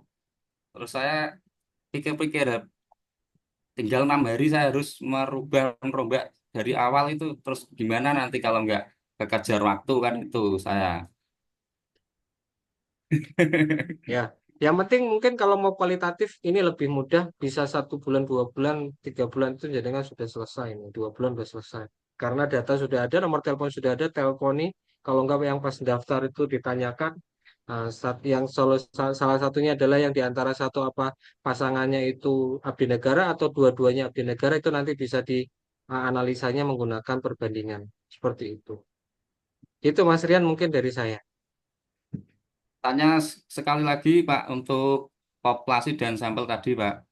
Misalkan saya ambil populasi dan sampel itu kan di bulan tertentu misalkan. Misalnya ada di bulan Desember atau November ini, itu yang masuk seberapa itu pengaruh apa tidak Lah, Pak? Misal jenengan gini, lah, jenengan gini, kita jenengan gini.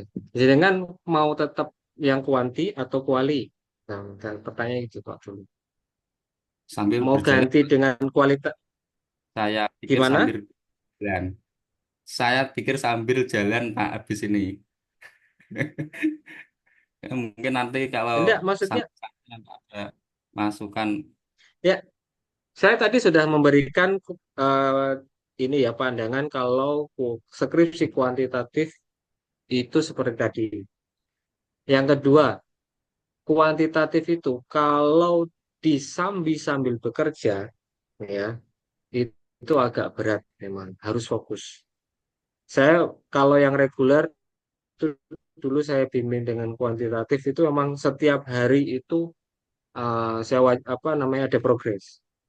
Yang ketiga, kalau misalkan jenengan pindah menjadi kualitatif dengan judul tadi dampak status sosial abdi negara terhadap peminatan pasangan hidup, itu berarti tidak usah menggunakan rumusan sampel, populasi atau rumus karena kualitatif. Gitu ya. Kecuali jenengan masih kuantitatif. Kuantitatif itu sebenarnya standar yang tadi aja sudah tidak standar hitungannya. Karena harus ada batasannya. Batasannya adalah mau batasan tahunkah, atau mungkin catur kah, atau triwulan, itu juga harus dijelaskan dalam metodologi penelitian. Seperti itu.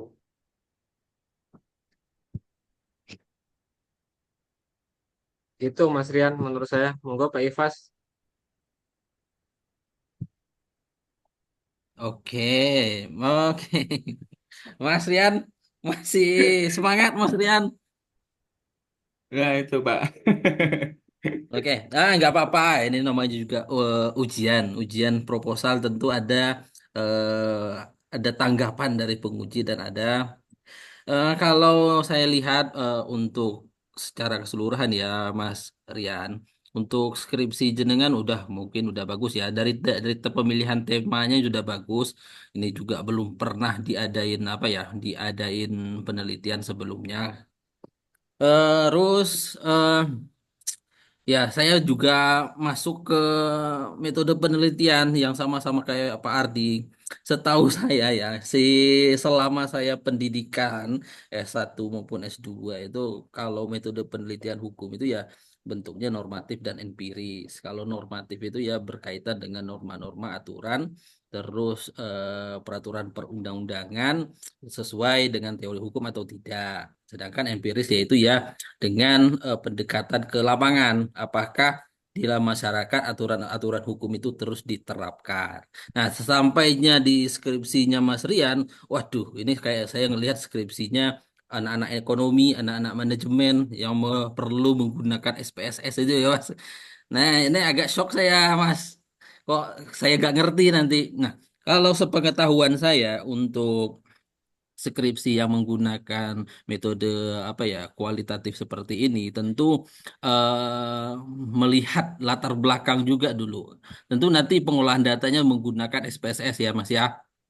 Nah, terus data SPSS itu kan butuh namanya apa tuh standar ataupun pedoman. Nah, pedoman itu berdasarkan dari penelitian-penelitian sebelumnya. Seberapa besar pengaruh media itu. Nah, jadi ada penelitian sebelumnya yang menjadi apa tuh namanya tuh pedoman dari Mas Rian.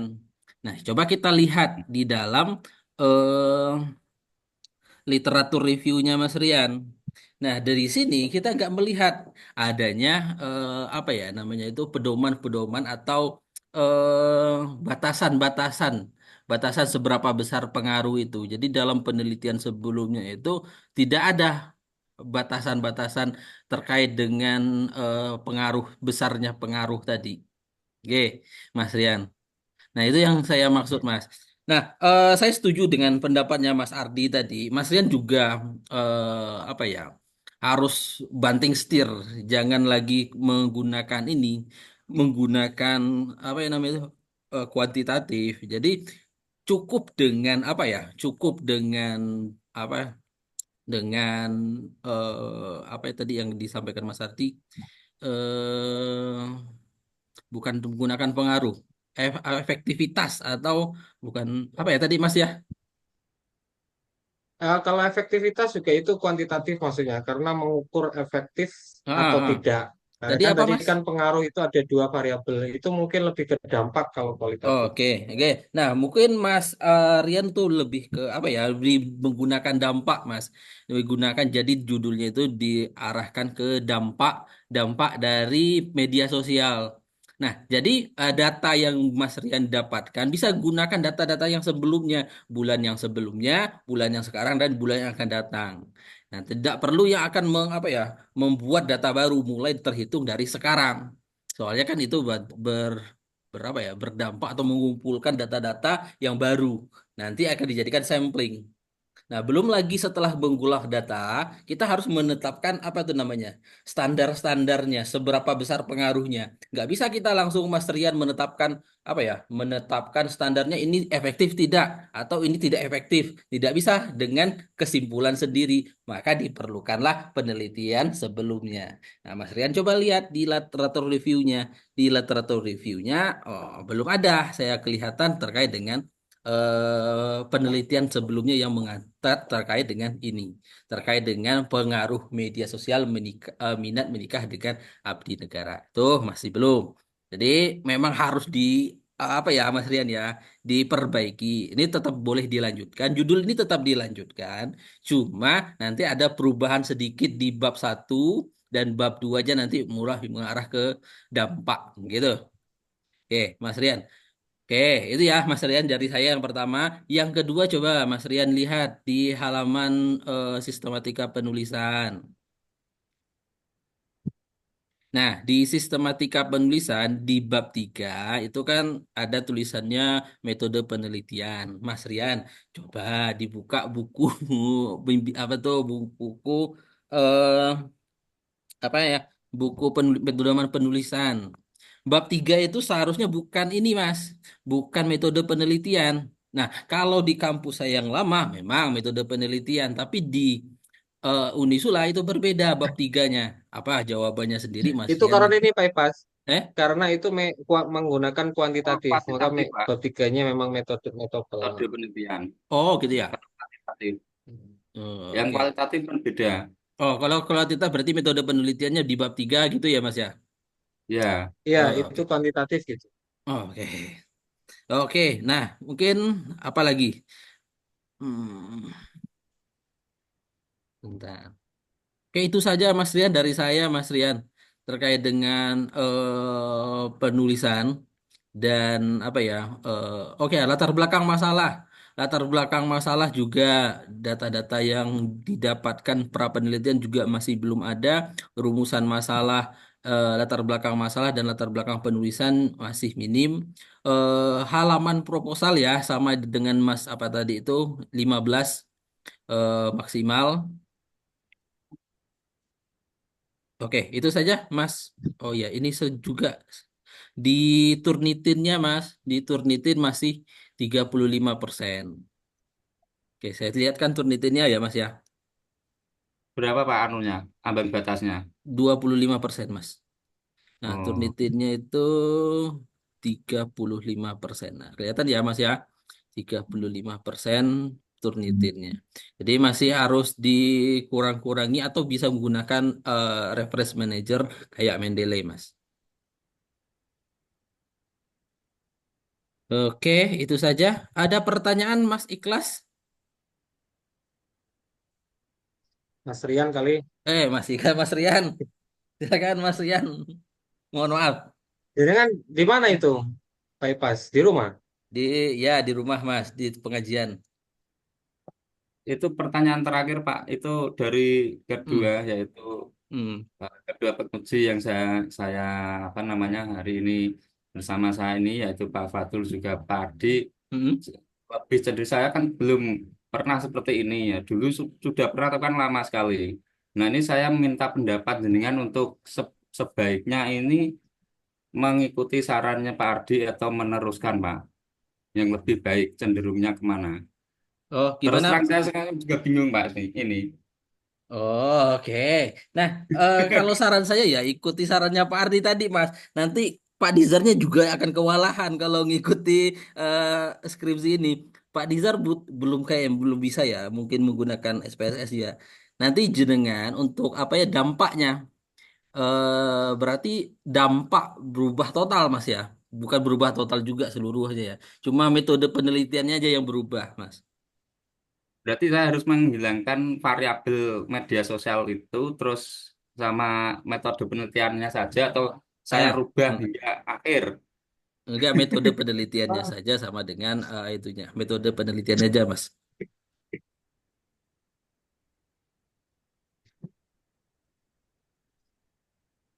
Oke. Halo, kedengaran suara saya, Mas? Ya, Mak. Oke. Oh ya, saran saya ya memang kalau dari apa ya? Kalau dari tema judulnya memang masuk ke dalam rumpun hukum keluarga ya, Mas ya. Cuma dari Ya, eh, metode penelitiannya mungkin agak sedikit apa ya? Agak sedikit berliku-liku nanti perjalanannya, Mas. Berliku-liku. Pertama ya jenengan harus mengumpulkan data. Setelah mengumpulkan data, nanti jenengan akan mengelola data tersebut dengan mencari patokannya. Patokannya apa ini? Di sini pun belum ada patokannya. Patokan dari apa nih? Skripsi jenengan pengaruh ya. Seberapa besar pengaruh? Nah, besaran pengaruh itu kan belum ada patokannya sama sekali. Maka digunakan penelitian-penelitian yang sebelumnya.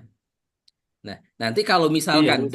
kalau misalkan Dan judulnya yang dari Pak Ardi tadi, Mas, misalkan dampak, nah berarti jenengan hanya menyimpulkan saja apa sih dampak dari media sosial, jabarkan, deskripsikan, cukup itu saja, nggak perlu mengolah data lagi.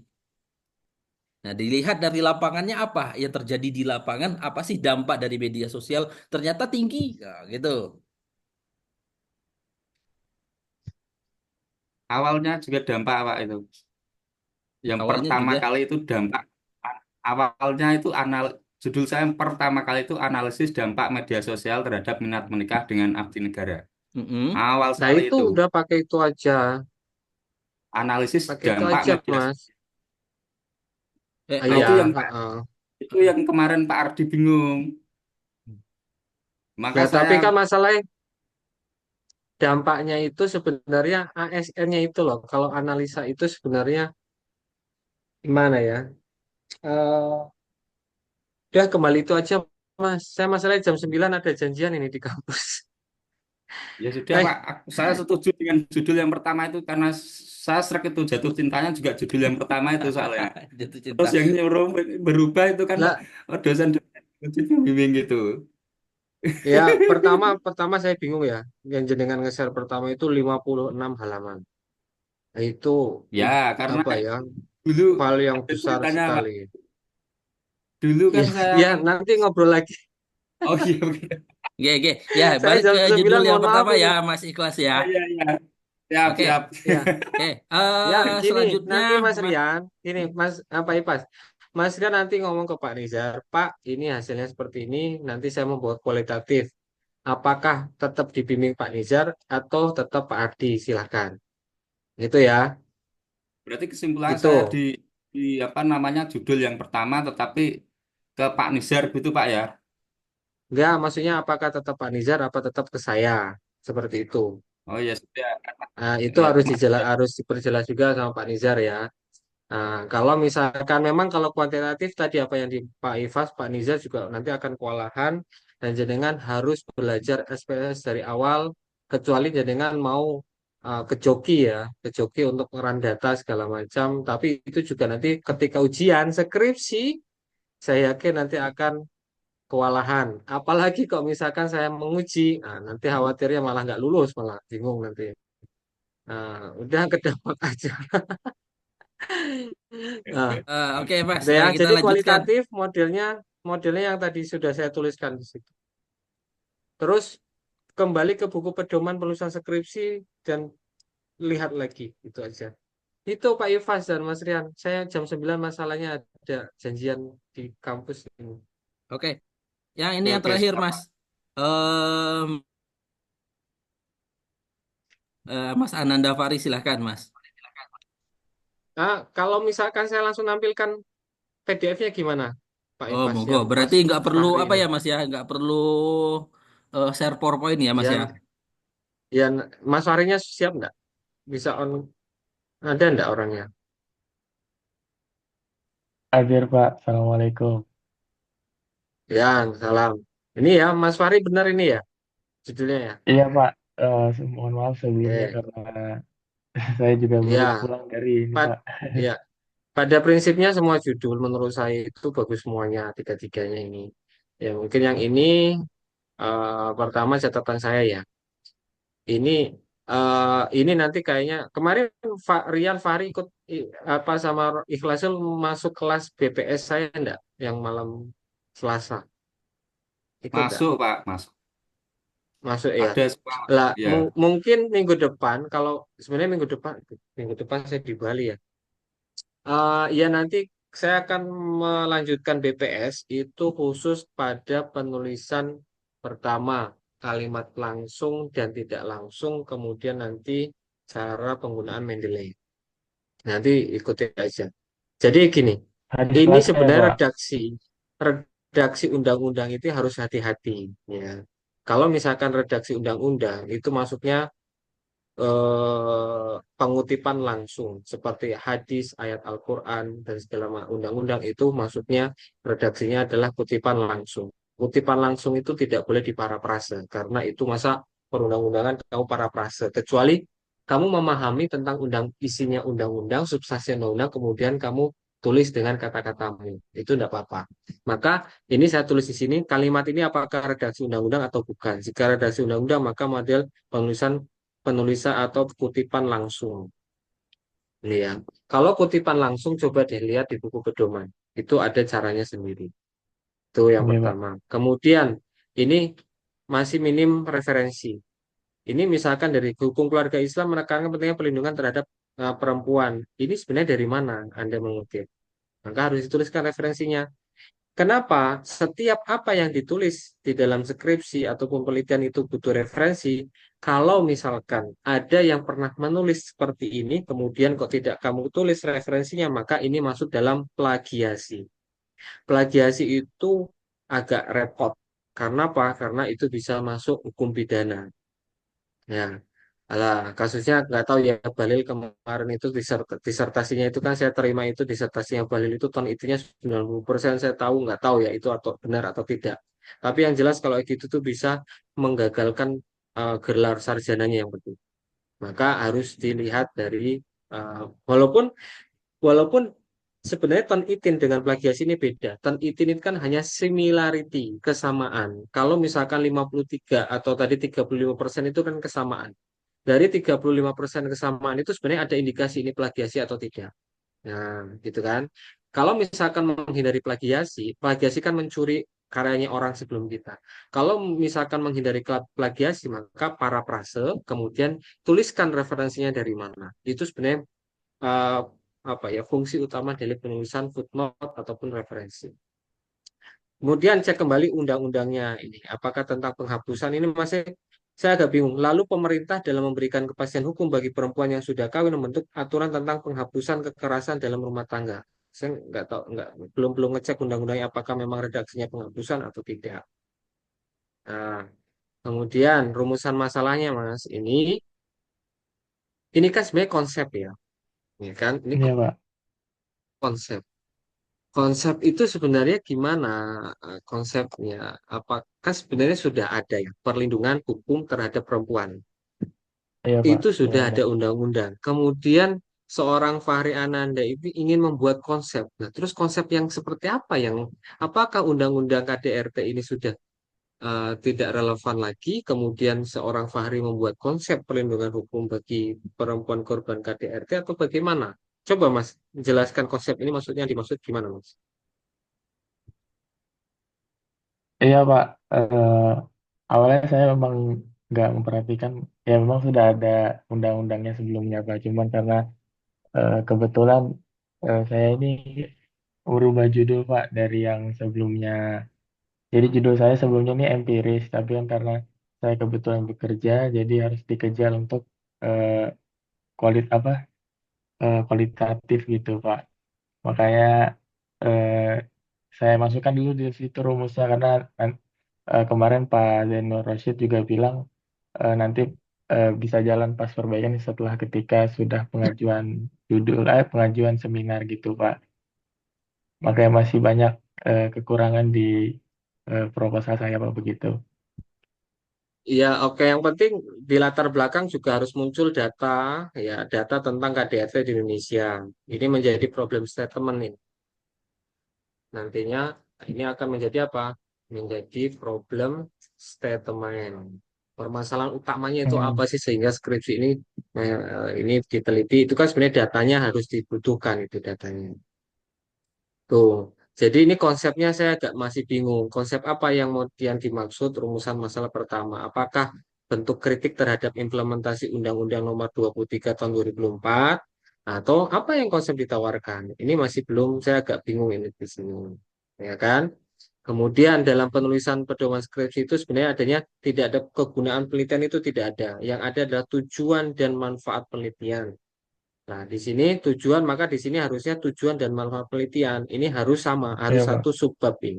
Tujuan dan manfaat penelitian, tidak ada kegunaan penelitian. Ya. Kemudian terminologi juga tidak ada. Saya agak bingung apakah jenengan sudah punya buku pedoman penulisan skripsi yang jurusan syariah atau belum? Udah punya belum, Mas? Kebetulan sudah, Pak, cuman karena saya tidak bawa, jadi mungkin baru menyusul di bulan depan baru sampai di sini, Pak. Lo tidak bawa, maksudnya bukunya sekarang di mana? Posisi bukunya di Jakarta, Pak. Sekarang terus jenengan di mana? Mas Fahri Posisi sekarang di mana? di Maluku Di Utara, Pak. Maluku. Ya, itu Iya, Pak. kapan balik ke Jakarta? Eh, ta- tapi saya mau kirim sih, Pak, beserta barang-barang yang lain. Di minggu depan saya usahakan gitu, Pak. Ya, silakan lah. Yang penting ini memang tidak ada dalam buku pedoman. Spesifikasi penelitian juga tidak ada. Kemudian sumber data. Sumber data primernya apa, Mas, ini dalam penelitian ini?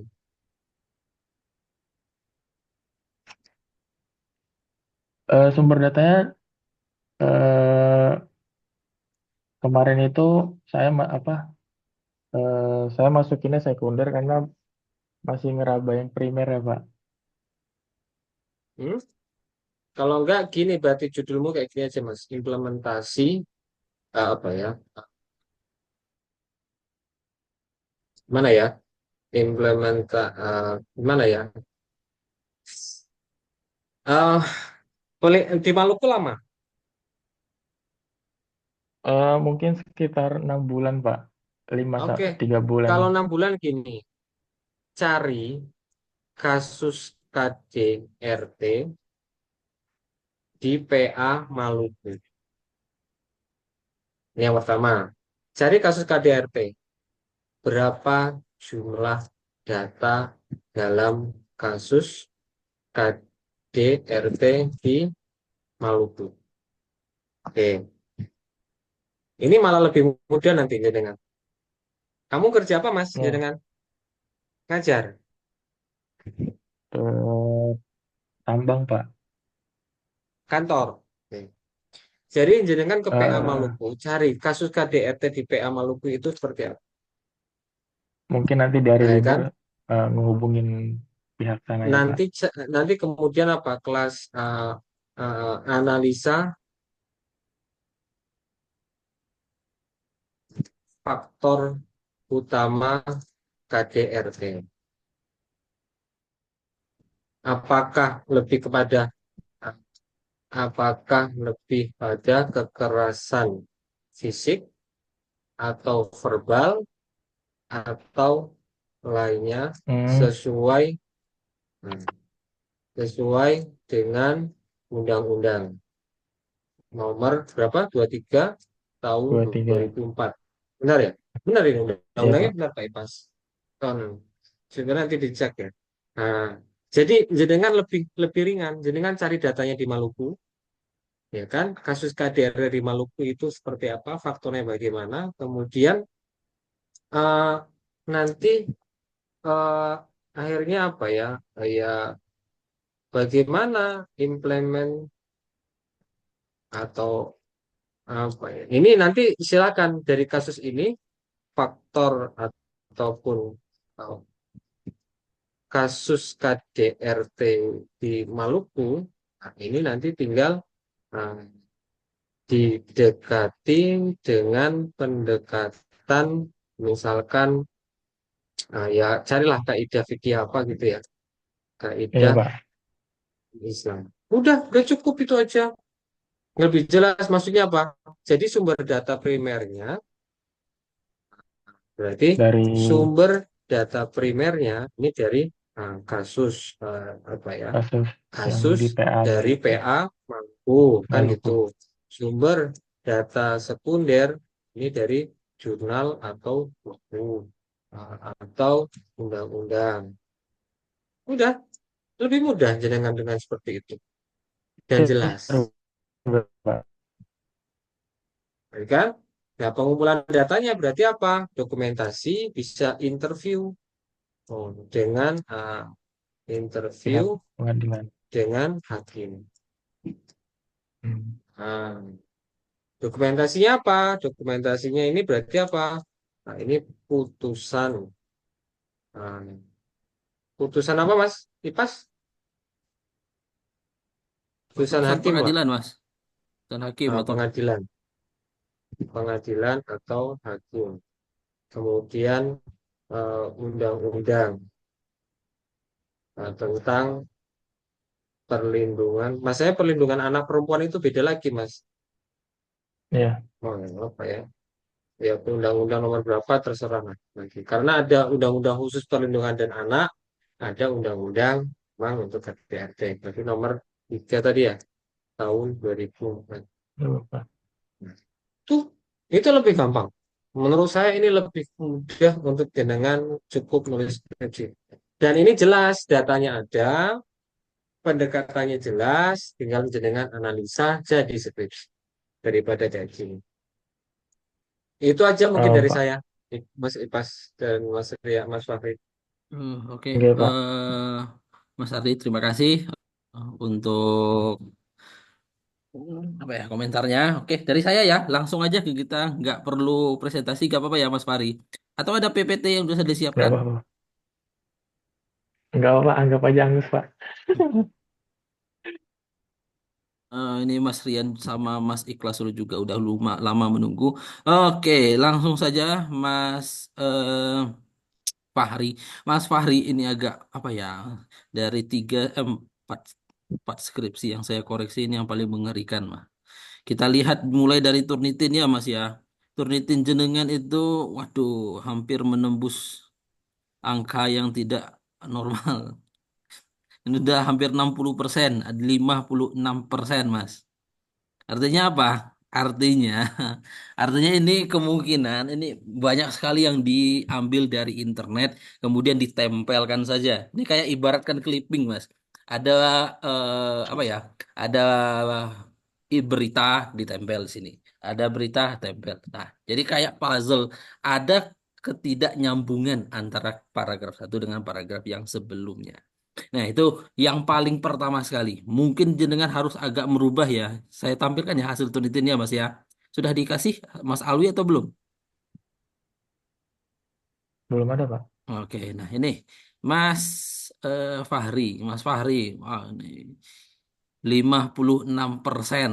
Artinya Hmm. similarity-nya 56%. Ini cukup tinggi ya, Baik, Mas. Pas. Ya. Saya izin boleh? Oh, monggo, monggo, Mas. Saya izin ya, Hmm. karena ada apa kejadian Oh, sama oke. ini. Monggo, Oke Mas. ya, mohon maaf, Matur nuwun Mas Ifas, mohon maaf Mas Rian, Mas Fahri, Mas Ihsanul Roid. Ya, semoga jalannya lancar skripsinya. Amin, Bapak. Gitu Mas Ya, Pak Ifas boleh ya? Ye, Amin. sip. oke, oke. Saya Silakan, lihat. Mas. Pak, Pak Ardi. Ya, Matur nuwun. Assalamualaikum. Waalaikumsalam. Oke, Waalaikumsalam. lah kita lanjutkan ya, Mas Fahri. Oh, ini agak sedikit apa ya, nauzubillah kita. Cuma jenengan mungkin agak sedikit apa banyak, bukan sedikit lagi, banyak sekali yang harus jenengan rubah. Oke, soal judul, soal pemilihan tema perlindungan terhadap perempuan dan anak ini sudah cukup tepat, bagus sekali. Apalagi ditinjau dengan makosid syariah. Nah, jadi ada hukum positif Indonesia ditambah dengan makosid syariah. Bagaimana? Belum ada yang meneliti yang terkait dengan ini. Saya tetap ingin jenengan melanjutkan skrip judul ini, tapi harus ada perbaikan. Pertama, kita lanjutkan di latar belakang. Apa saja yang harus diperbaiki? Nah, di latar belakang ini nggak perlu ada lagi penjelasan terkait dengan KDRT tadi. Jadi dengan langsung paparkan data-data, bisa juga dengan hasil dari tadi yang disarankan Pak Ardi, dengan ke Pengadilan Agama di Maluku Utara ya, Maluku Utara atau Maluku Mas? Maluku Utara, Pak. Nah, berarti ke Ternate ya Mas. Enggak, Pak. Nah, berarti di Agama Ternate itu dilihat. Tampilkan data-datanya. Berapa orang yang bercerai, kemudian perceraiannya akibat apa? Ditampilkan di latar belakang. Nah, selanjutnya jenengan Mas Fahri buat apa itu yang menjadi ketertarikan Anda menulis ini. Nah, gitu. Jadi Mas Fahri tertarik meneliti ternyata di Maluku Utara itu banyak yang mengalami perempuan-perempuan itu mengalami KDRT. Nah, saya tertarik menulis penelitian ini karena eh, untuk misalkan mengurangi KDRT tersebut. Nah, nanti kalau memang diambil judulnya dari Pak Ardi, yang tadi yang disarankan Pak Ardi, berarti rumusan masalahnya harus dirombak lagi, disesuaikan dengan judul tadi.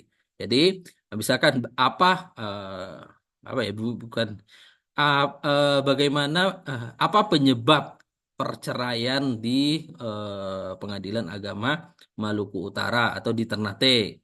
Terus bagaimana apa tuh perlindungan hukum terhadap perempuan dan anak dalam ke apa tuh dalam korban KDRT dalam perspektif Qosid Syariah. Nah, seperti itu. Nanti diambil dari judulnya yang di Pak Ardi. Nah, disesuaikan juga dengan tujuan penelitiannya. Terus terkait dengan apa ya? Terkait dengan terkait dengan selanjutnya ini masih ada yang salah-salah sekali. Mas, Izin, Pak. Tadi oke. eh, Pak Pak Ardi Hmm. menyampaikan judul, cuman saya belum nangkap. Ada ditulis nggak ya tadi ya, Pak? Oke, judulnya Apa itu nanti mungkin saya apa? hubungi lagi Eh, Pak Ardi? oke, judulnya dari Pak Ardi itu penyebab perceraian di Maluku Utara. Nanti atau bisa. Jadi arahnya itu meneliti bagaimana Oh, oke, bagaimana oke. perceraian itu muncul. Nah, kalau misalkan tinggi perceraian di Maluku Utara dikarenakan oleh apa? Itu ya Mas ya.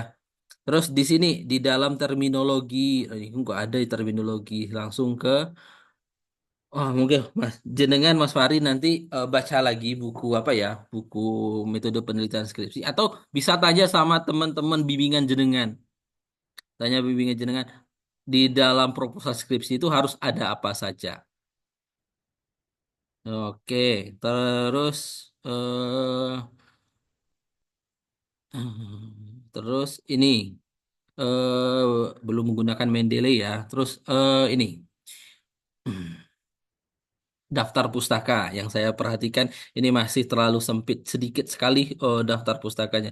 Minimal 20 daftar pustaka. Oke, itu Mas apa ya? Sudah jam 21. Mungkin saya tutup dulu ya untuk pertemuan apa ini? Pertemuan sidang skripsi, proposal skripsi. Nah, nanti teman-teman akan diberi apa ya? Diberi seperti apa ya? Rangkuman hasil dari apa ini? Rangkuman dari hasil sidang skripsi ini. Nanti ada komentar-komentar dari dosen yang dikirimkan dengan semua. Nah, khusus dari grup saya ini nanti kan ada saya kirimkan link video apa ya? Rekaman ini. Nanti bisa didengarkan ulang kembali. Oke, terima kasih Mas Rian, Mas Ikhlasul, Mas Fahri untuk pertemuan para hari ini. Sehat selalu, ge. Amin. Terima kasih Semangat, banyak Pak semangat. Pak Fazlur. Ya, Oke, semangat semangat ya Mas. Jangan berhenti di tengah jalan udah kadung nih loh. iya. Oke, saya tutup pertemuan hari ini. Sukses selalu bagi teman-teman Mas Rian, Mas Ikhlasul dan Bahri. Wassalamualaikum warahmatullahi wabarakatuh. Waalaikumsalam. Waalaikumsalam. Waalaikumsalam warahmatullahi wabarakatuh. Terima kasih banyak Pak. Ya, Terima sama-sama kasih banyak. Mas.